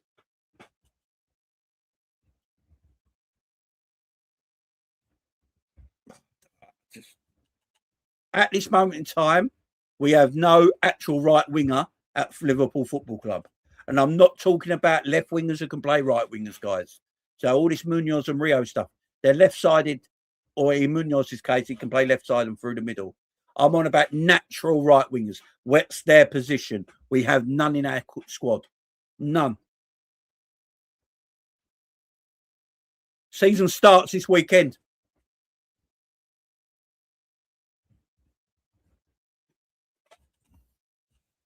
We got no official DM, which every Liverpool fan has been crying out for how many years now? But apparently, there's no one better on the market, guys, than what we got. Nothing. Because Kone's not better than apparently Trainioni, McConnell, Endo, and Harvey Elliott. Apparently, someone like Kone's not better. Who are we looking at? Who's this mythical fucking beast of a midfielder that Liverpool are apparently looking at? I'd love to know. I'd love to know who's out there DM wise that Liverpool are looking at. I'll tell you what it'd be. It'd be a 20, 21-year-old DM that no one's ever fucking heard of, that Liverpool think are going to be a superstar, and they'll bring him in. All about potential. Potential this, potential that. I'm all right with potential. We're all right with potential. But we got too much potential in our squad right now. We ain't got enough ready-made superstar players in our side. Everything's potential. Trainioni's potential. Munoz's potential. Rio's potential. Where, McConnell will be potential. Where's the players that we can get in and go, you know what, this is the guy. This is the guy. Look at the quality. Look where, like, Kone might not be everyone's cup of tea. He's not particularly my cup of tea, right? I'm not this massive fan of Kone, but what I'm trying to say with him, he's a French international. The man was good enough to play at the World Cup for France. He actually looked like France's best midfielder at the World Cup at times. He's a decent, talented footballer. The fact that we're sitting there going, we couldn't grab him for 2 or 3 years because it would upset what we want to do in the years to come. Because, we buy a Kone, we're not going to buy another midfielder for 4 years. That's how we do things. If we buy Barcola, we ain't buying another left winger for 5 or 6 years, because it'd be Barcola and Rio and Munoz, or whoever them 3 that will play left wing for the next 6 years. So we look at, that's why we bought McAllister, Szoboszlai, and Gravenberch, yeah, and Endo, all in that one midfield summer. Who's the midfielder we bought since then? What midfielder have we bought since when we changed our midfield up 3 years ago? Or was it 4 years ago now? 3 years ago. Who's the midfielders we bought since?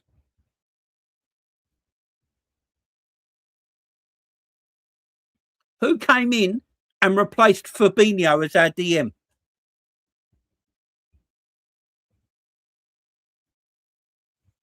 Who came in and replaced Fabinho as our defensive midfielder? I just...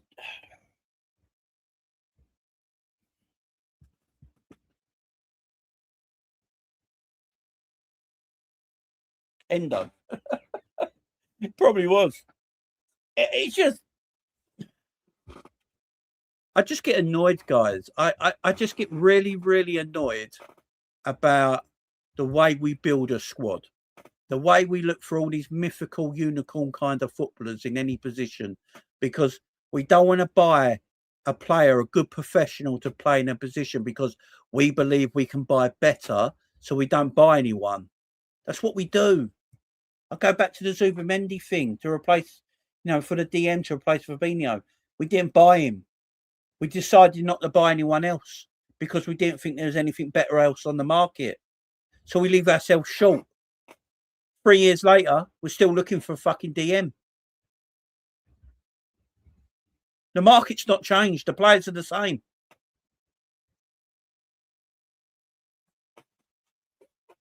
We're always looking for these sort of like players, and sometimes I'm like, let's just go and build a squad, man. Let's just go and build a squad. Go and build a fucking squad. Go and get players in.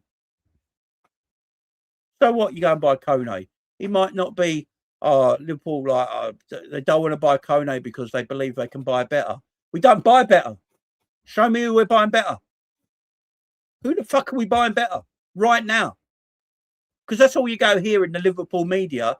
Liverpool don't want to buy the likes of Kones and stuff like that because they believe there's better in the market than them kind of players, but they won't buy them. Who are they buying?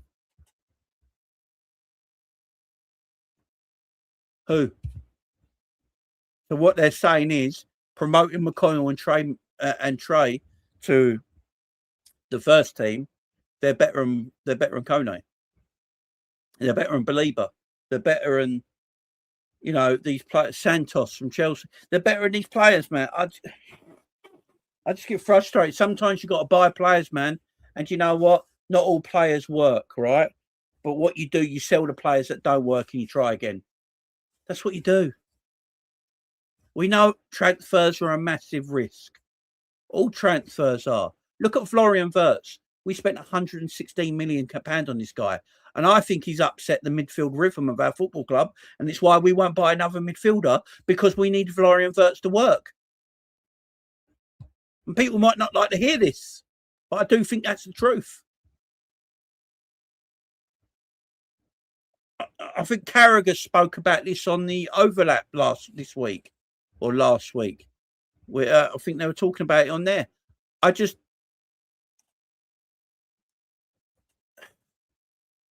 think we're trying to make Florian Wirtz work. He cost 116 million. Liverpool are not like a Man City who can just get rid of £100 million player the next day.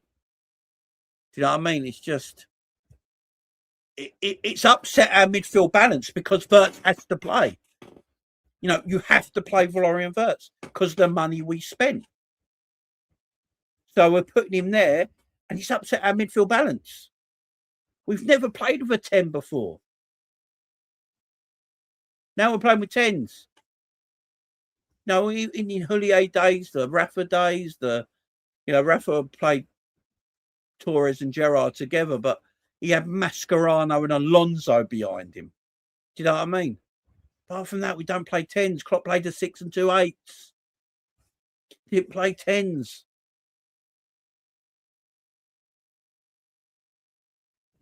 And I like Wirtz. Wirtz is a talented footballer. This is not me having a go about Florian Wirtz. I think Florian Wirtz is a talented footballer. And I think I'm hoping he has a worldie of a season, because let's face it, there's a bomber. Hang on. What are we talking about? Hang on. Don't tell me when we're live we get a bomber. What are we talking about here? Is there a real bomber, guys? What are we saying?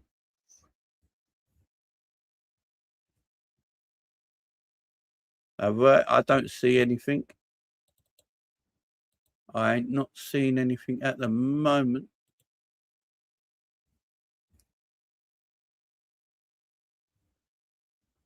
I'm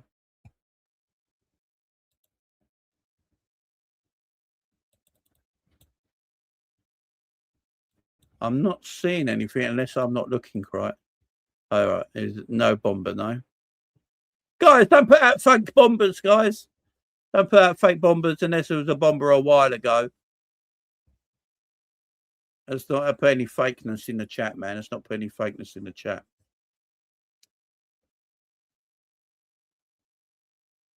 No, so this is not me slagging off. This is not me slagging off Vert. So I think he's a talented footballer, and hopefully he will do the job this season. We're all like, thank God, Verts has turned up.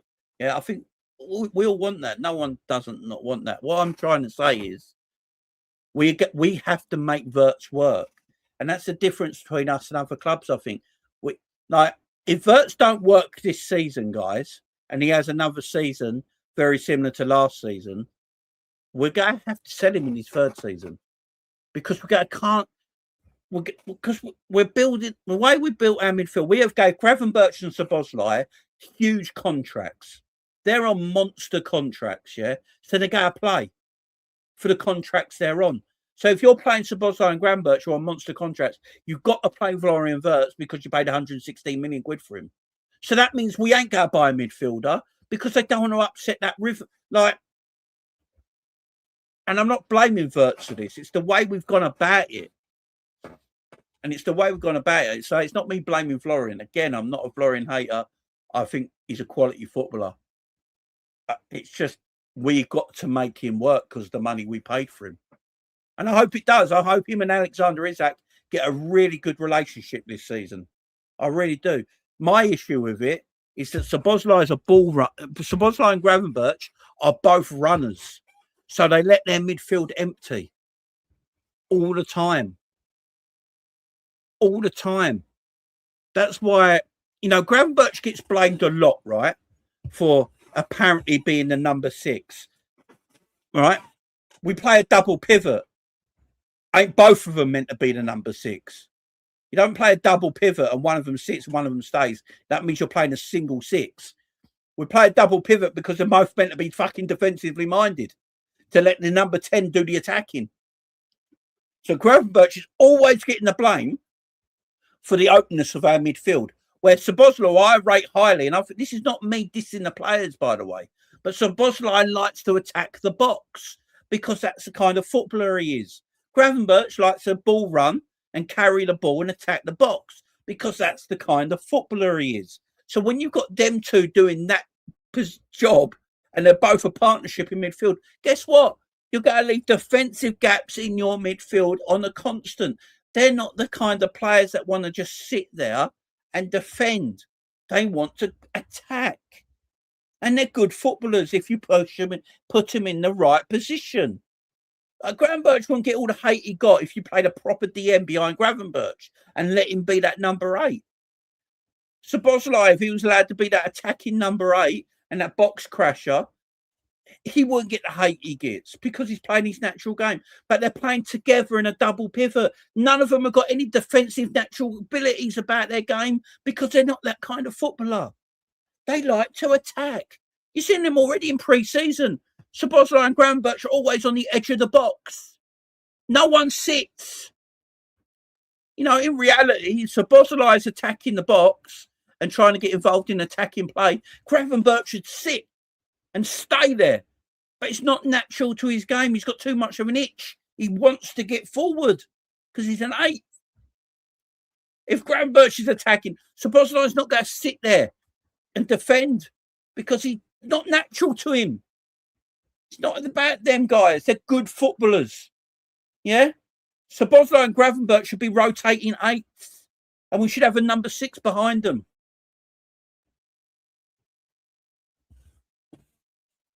But we won't do that because we gave them massive contracts. Huge. So if you play the DM alongside a Szoboszlai, Your midfield looks different straight away because the DM is naturally go to sit because he's more defensive minded. It means Szoboszlai can leave his midfield position if he wants to. You got a more defensive player there who's just going to sit there and go, right, you do your thing, Sobo. I'm going to sit here and keep guard. Yeah? Natural to him. If you want to play the number 6 with a Gravenberch may be a little bit more defensive minded than Szoboszlai, granted, right? Because he can play in that 6 and he's played centre back. So he's probably a little bit more defensively minded than what Dominic Szoboszlai is. But he still likes to get forward and get the ball. Look at him in pre-season. He likes to play that. He likes to ball carry at pace and then do them 1-2s on the edge of the box and try and get shots off or try and play the ball into the box. We see it all the time with Grav when he's allowed to do that. And he looks decent with it. So we're still looking for that DM.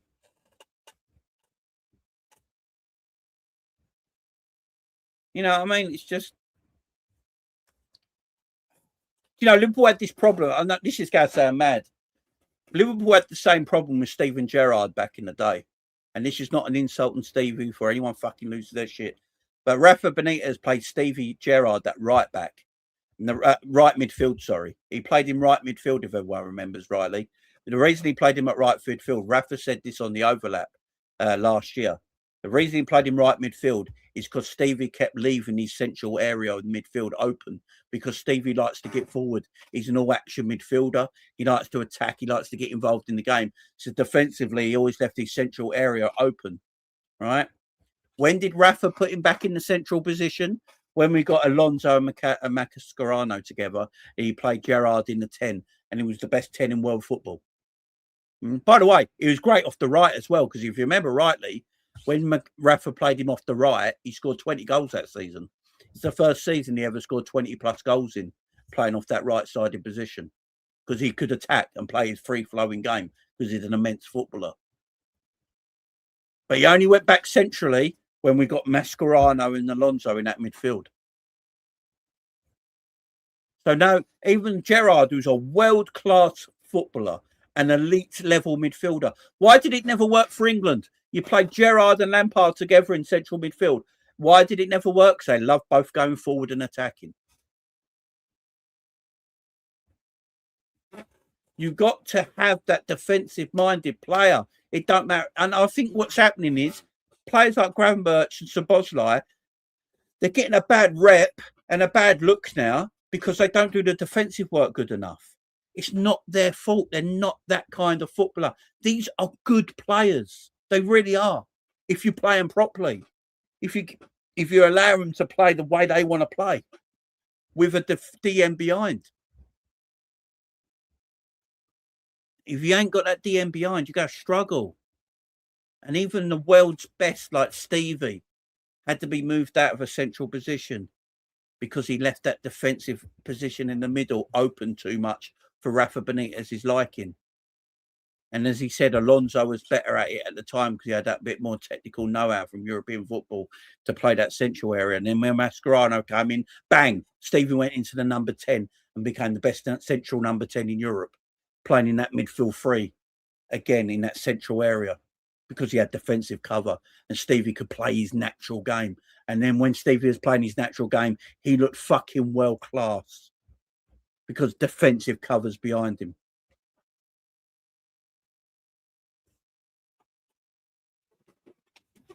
It's just we ain't got the balance of our team right at all.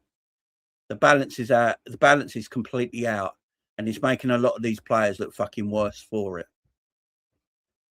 Do you know what I'm saying? So go and get yourself. Go and get the DM. Go and get the Fabinho replacement. I don't want to hear any more bullshit that there's no players out there. It's bollocks. Go and get the DM in. Go and get this fucking right winger in that's going to be playing right wing. And let's just fucking end this. Let's end this window on a high. Let's end this window where we seem happy. Look, Kevin looked pretty good, yeah? Big up Kevin, man. Like, I can't say Ronald's surname, guys, so I'll call him Kevin. By now, everyone should know this, yeah? It's his name for the whole season because I can't say Ronald's surname. I get tongue twisted with it, whatever way. I can't break it down. So I'm calling him Kevin. So I don't want to call him Ronald because the only Ronald I know is Ronald McDonald, and it makes me hungry. So I'm calling in Kevin. All right. Kevin looked good on debut. Credit. Xhaka looked good on debut. Credit. Hopefully them two are going to be good now for Liverpool. Virgil looked better for having them two in there as well. So hopefully defensively, that's going to look a little bit better. All right. That's going to look a little bit better. So hopefully Kevin and Xhaka can have a good season. Virgil can have a good season. Defensively, we might actually look all right. That actually might be okay. Leone's coming back to fitness as well. Hopefully, we're actually going to be better there than we actually thought originally. Better than I originally thought as well. So I thought we was in a bit of trouble defensively. I hope I'm wrong now and that bit's sorted. Go and get me a fucking right winger.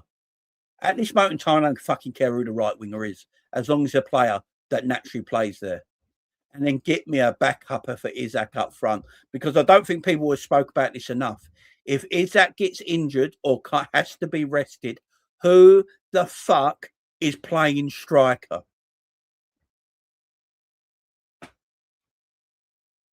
Who? So go and get me another striker. Oh, could you imagine Gakpo at striker? You know what I mean? Just go and get me a striker, man. Just go and get me a striker. I like the sound. Like you guys have been telling me we're linked with this Hendrick. Go and get me Hendrick. I'm all right with that.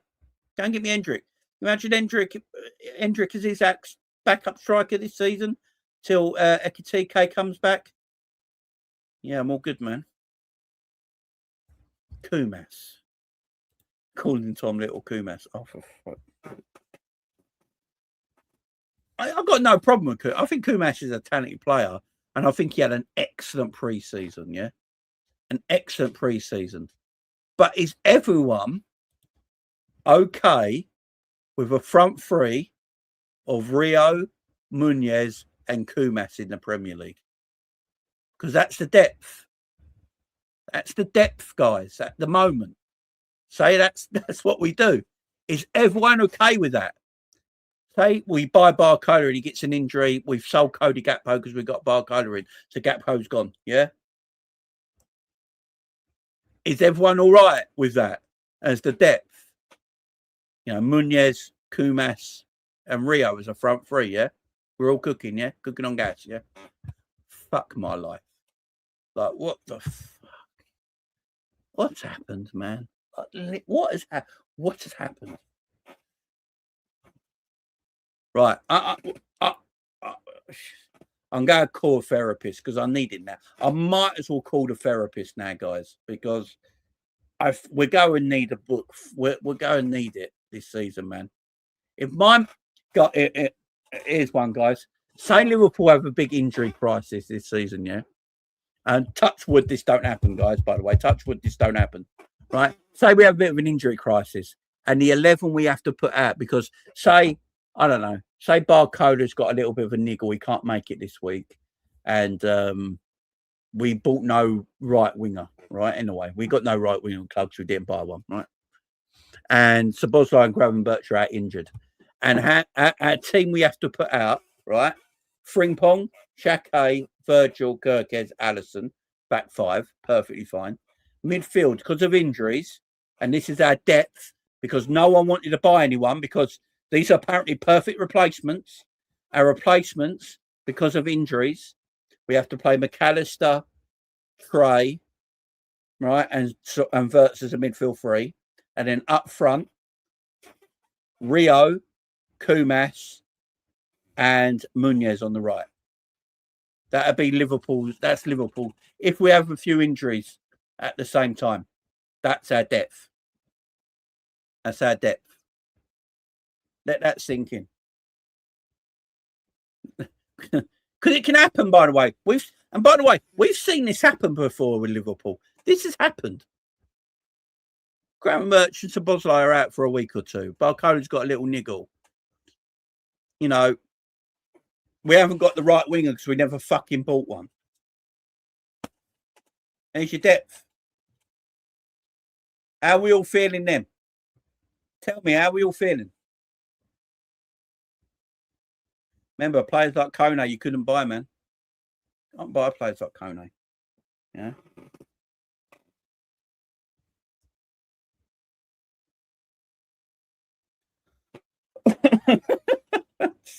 I think it's kicking in now. And look, all these are possibilities that can happen. There's also the other possibility that we don't get any injuries this season. Gravenberch, McAllister, Bosley and Wirtz are the four midfielders that play most of the games this season because we don't get any injuries. Fair enough. We're better for it. Yeah. But what if they do? What's the backup? And surely that's how you got to look at a squad. What's my backup if we get injured? And also, these guys can't play every week. You need to rotate these players. We need to rotate players, guys. Are we going to really play Gravenberch, McAllister, or Szoboszlai every week? Champions League, Premier League, Champions League, Premier League, Champions League, Premier League, Champions League, Premier League, and no rotation. They'd be dead by Christmas. Our midfield would be dead if we don't rotate. Like, didn't everyone say Gravenberch died on his feet that season when around January time when he played every minute of every game, and by January he was dead on his feet? Like, it's got to be some rotation, man. It has to be rotation. You have to bring players in. Iriola's already spoke about rotation. He likes to rotate players, especially his forward line. Barcola's not going to play every minute of every game if we do sign him. Rio's going to get a lot of minutes. You think Munez will get minutes then? We don't buy a right winger. Kumas might get minutes. We don't buy a backup striker and we've sold Cody Gakpo. Guess what? Kumas might get minutes. There is a possibility this season, if we don't buy anyone else, there's a possibility this season we could play a midfield of Trey, McAllister, and Wirtz because of injuries or suspensions. It's a major possibility. It's also a major possibility because of rotation or injuries or suspensions that we have a front line of Kumas, Rio, and Munez. These are real possibilities. These are not, oh, you're thinking too far, Jamie, or, you know, that will never happen, Jamie. It can happen. They're all possibilities. See, this is what I'm trying to say about our depth, guys. This is what I go back to when I started the beginning of the show about Curtis Jones going. It's not the point of me, what everyone likes about Curtis Jones. It's about his apparent replacement is McConnell and Trey. And then when I give you, right now, when I give you the actions or things that could possibly happen, everyone's now like, oh, shit, yeah. Because people don't think of these things when they think the squad building. People are like, oh, just put Trey McConnell in. They'll only get a few minutes here and there. They won't play a lot because McAllister, Gravenberch, and Szoboszlai will play most of the minutes. Yeah, they will play most of the minutes. If they don't get injured or suspended, then what?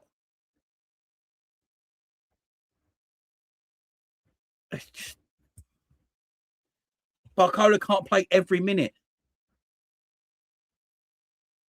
You know, Rio is still only 17 years of age. I don't think Munoz came in to be a first teamer. I think he's a squad addition that will play in rotation. If we don't buy a backup striker and Kumas don't go on loan, Kumas might stay. Iriola might rate Kumas and go, I'm going to use him. Then Kumas is your backup to Isaac. Because Ekatike ain't coming back till 2027.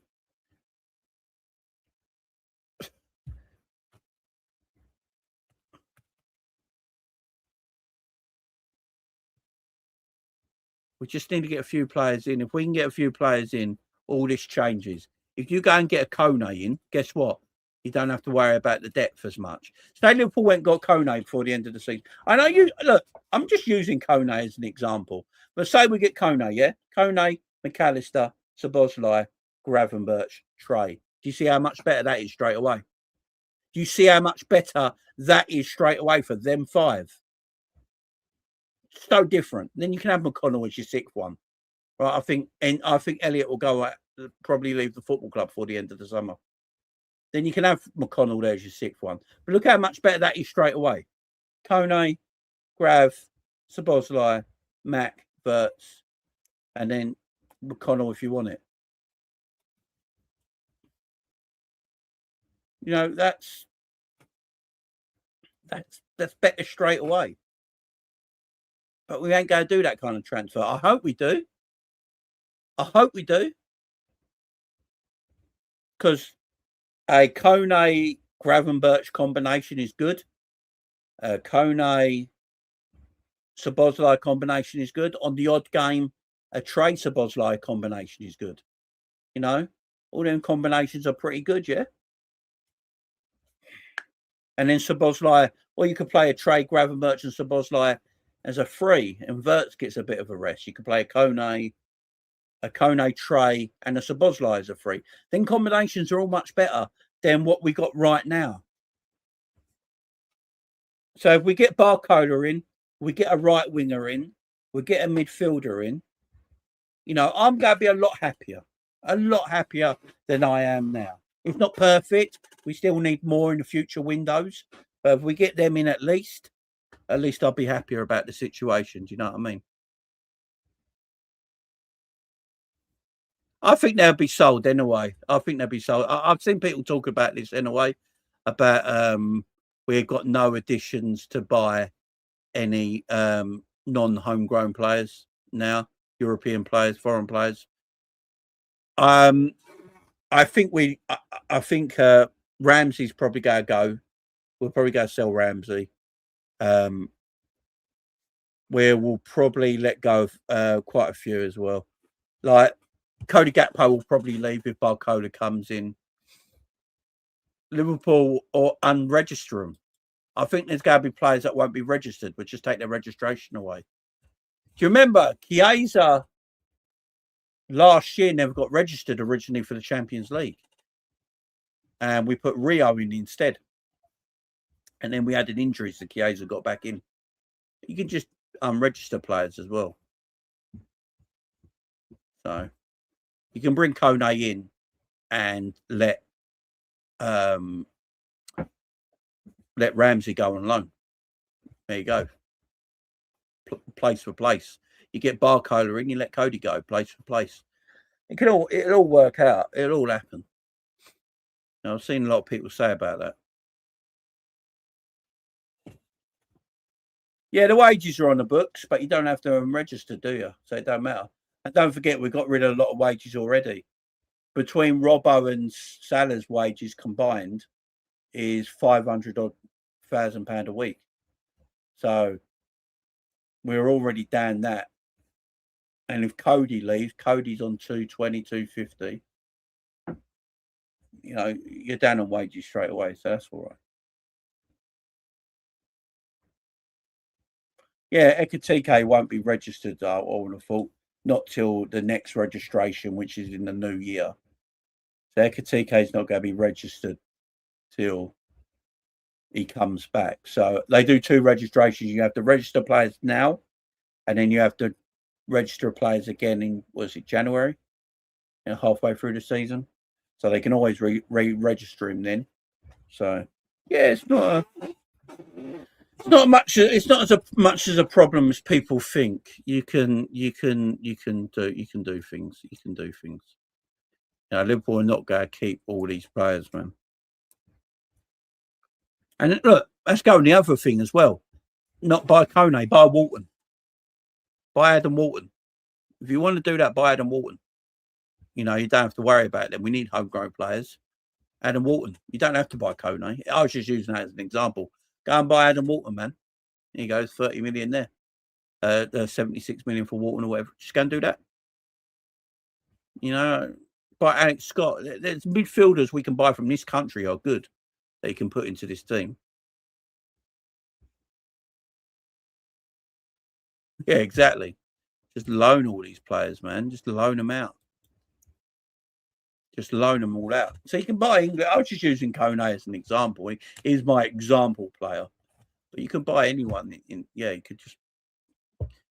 There's players to be bought, man. There's players, homegrown players that Liverpool going to buy.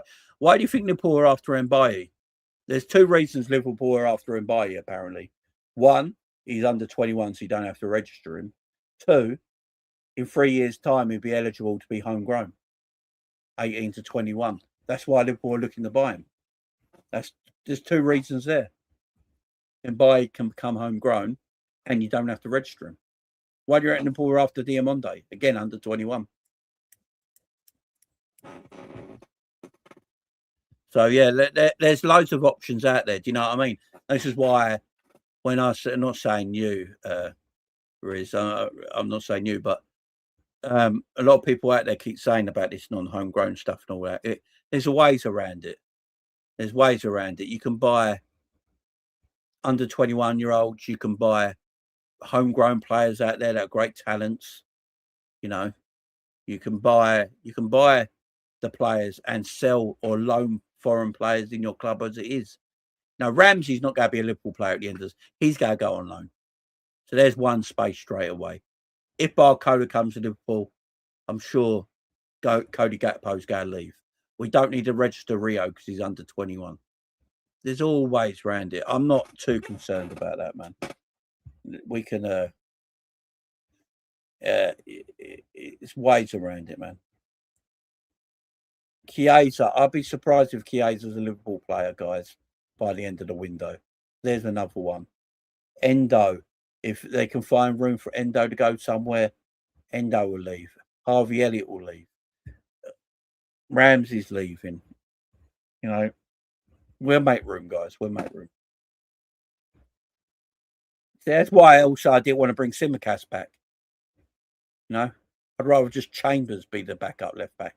You know, I don't think there's much difference between Chambers and Tsimikas right now. So I'd have Chambers as the left back and let Tsimikas leave. Right. We're wasting a spot with Tsimikas. Everyone complaining about this non-homegrown quota that we got. We have to sell first. We brought fucking Tsimikas back.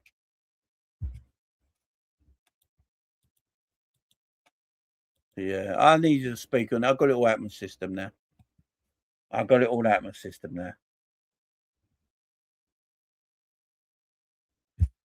Trainee only is not naturally defensive minded. I think he is. You still need to buy. Yeah, that's what I'm saying. We need to buy a DM. Absolutely. I think Trey's more defensively minded than Gravenberch and Szoboszlai. You know what I mean? So, but yeah, we have to buy a DM. There's no two ways about that. And Donkeys are wasting spots in the squad. Yeah, they got to go. That's what I'm saying. Yeah, Robbo's non-homegrown, and so Tsimikas. That's what I'm saying. So we let Robbo go as non-homegrown, and then we brought Tsimikas back. Do you know what I mean? It made no sense. Like Tsimikas is dog shit. Do you know what I mean? It's crazy. Crazy.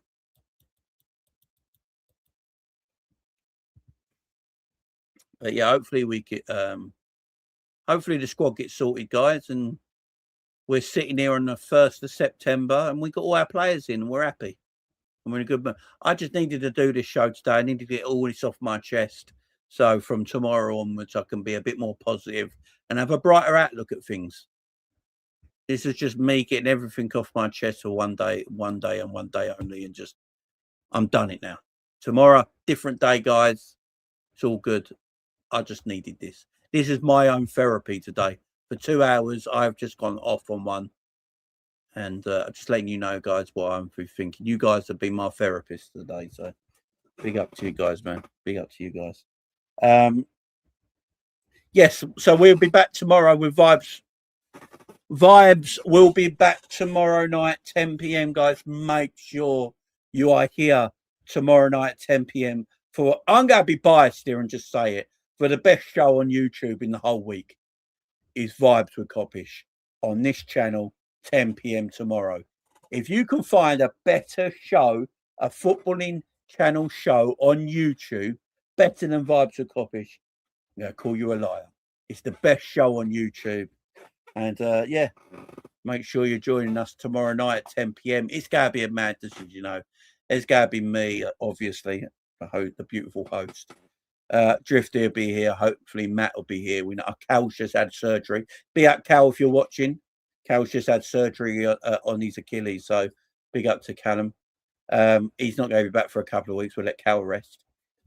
Hopefully, Matt's here. Drifty's definitely here. I've already seen that. Kai will be here. Josh will be here. Reese will be here. Dean will be here. It's going to be funny. It's going to be great. You know what it's like, guys. Make sure you're here 10 p.m. tomorrow for the best show on YouTube. I don't care what anyone says.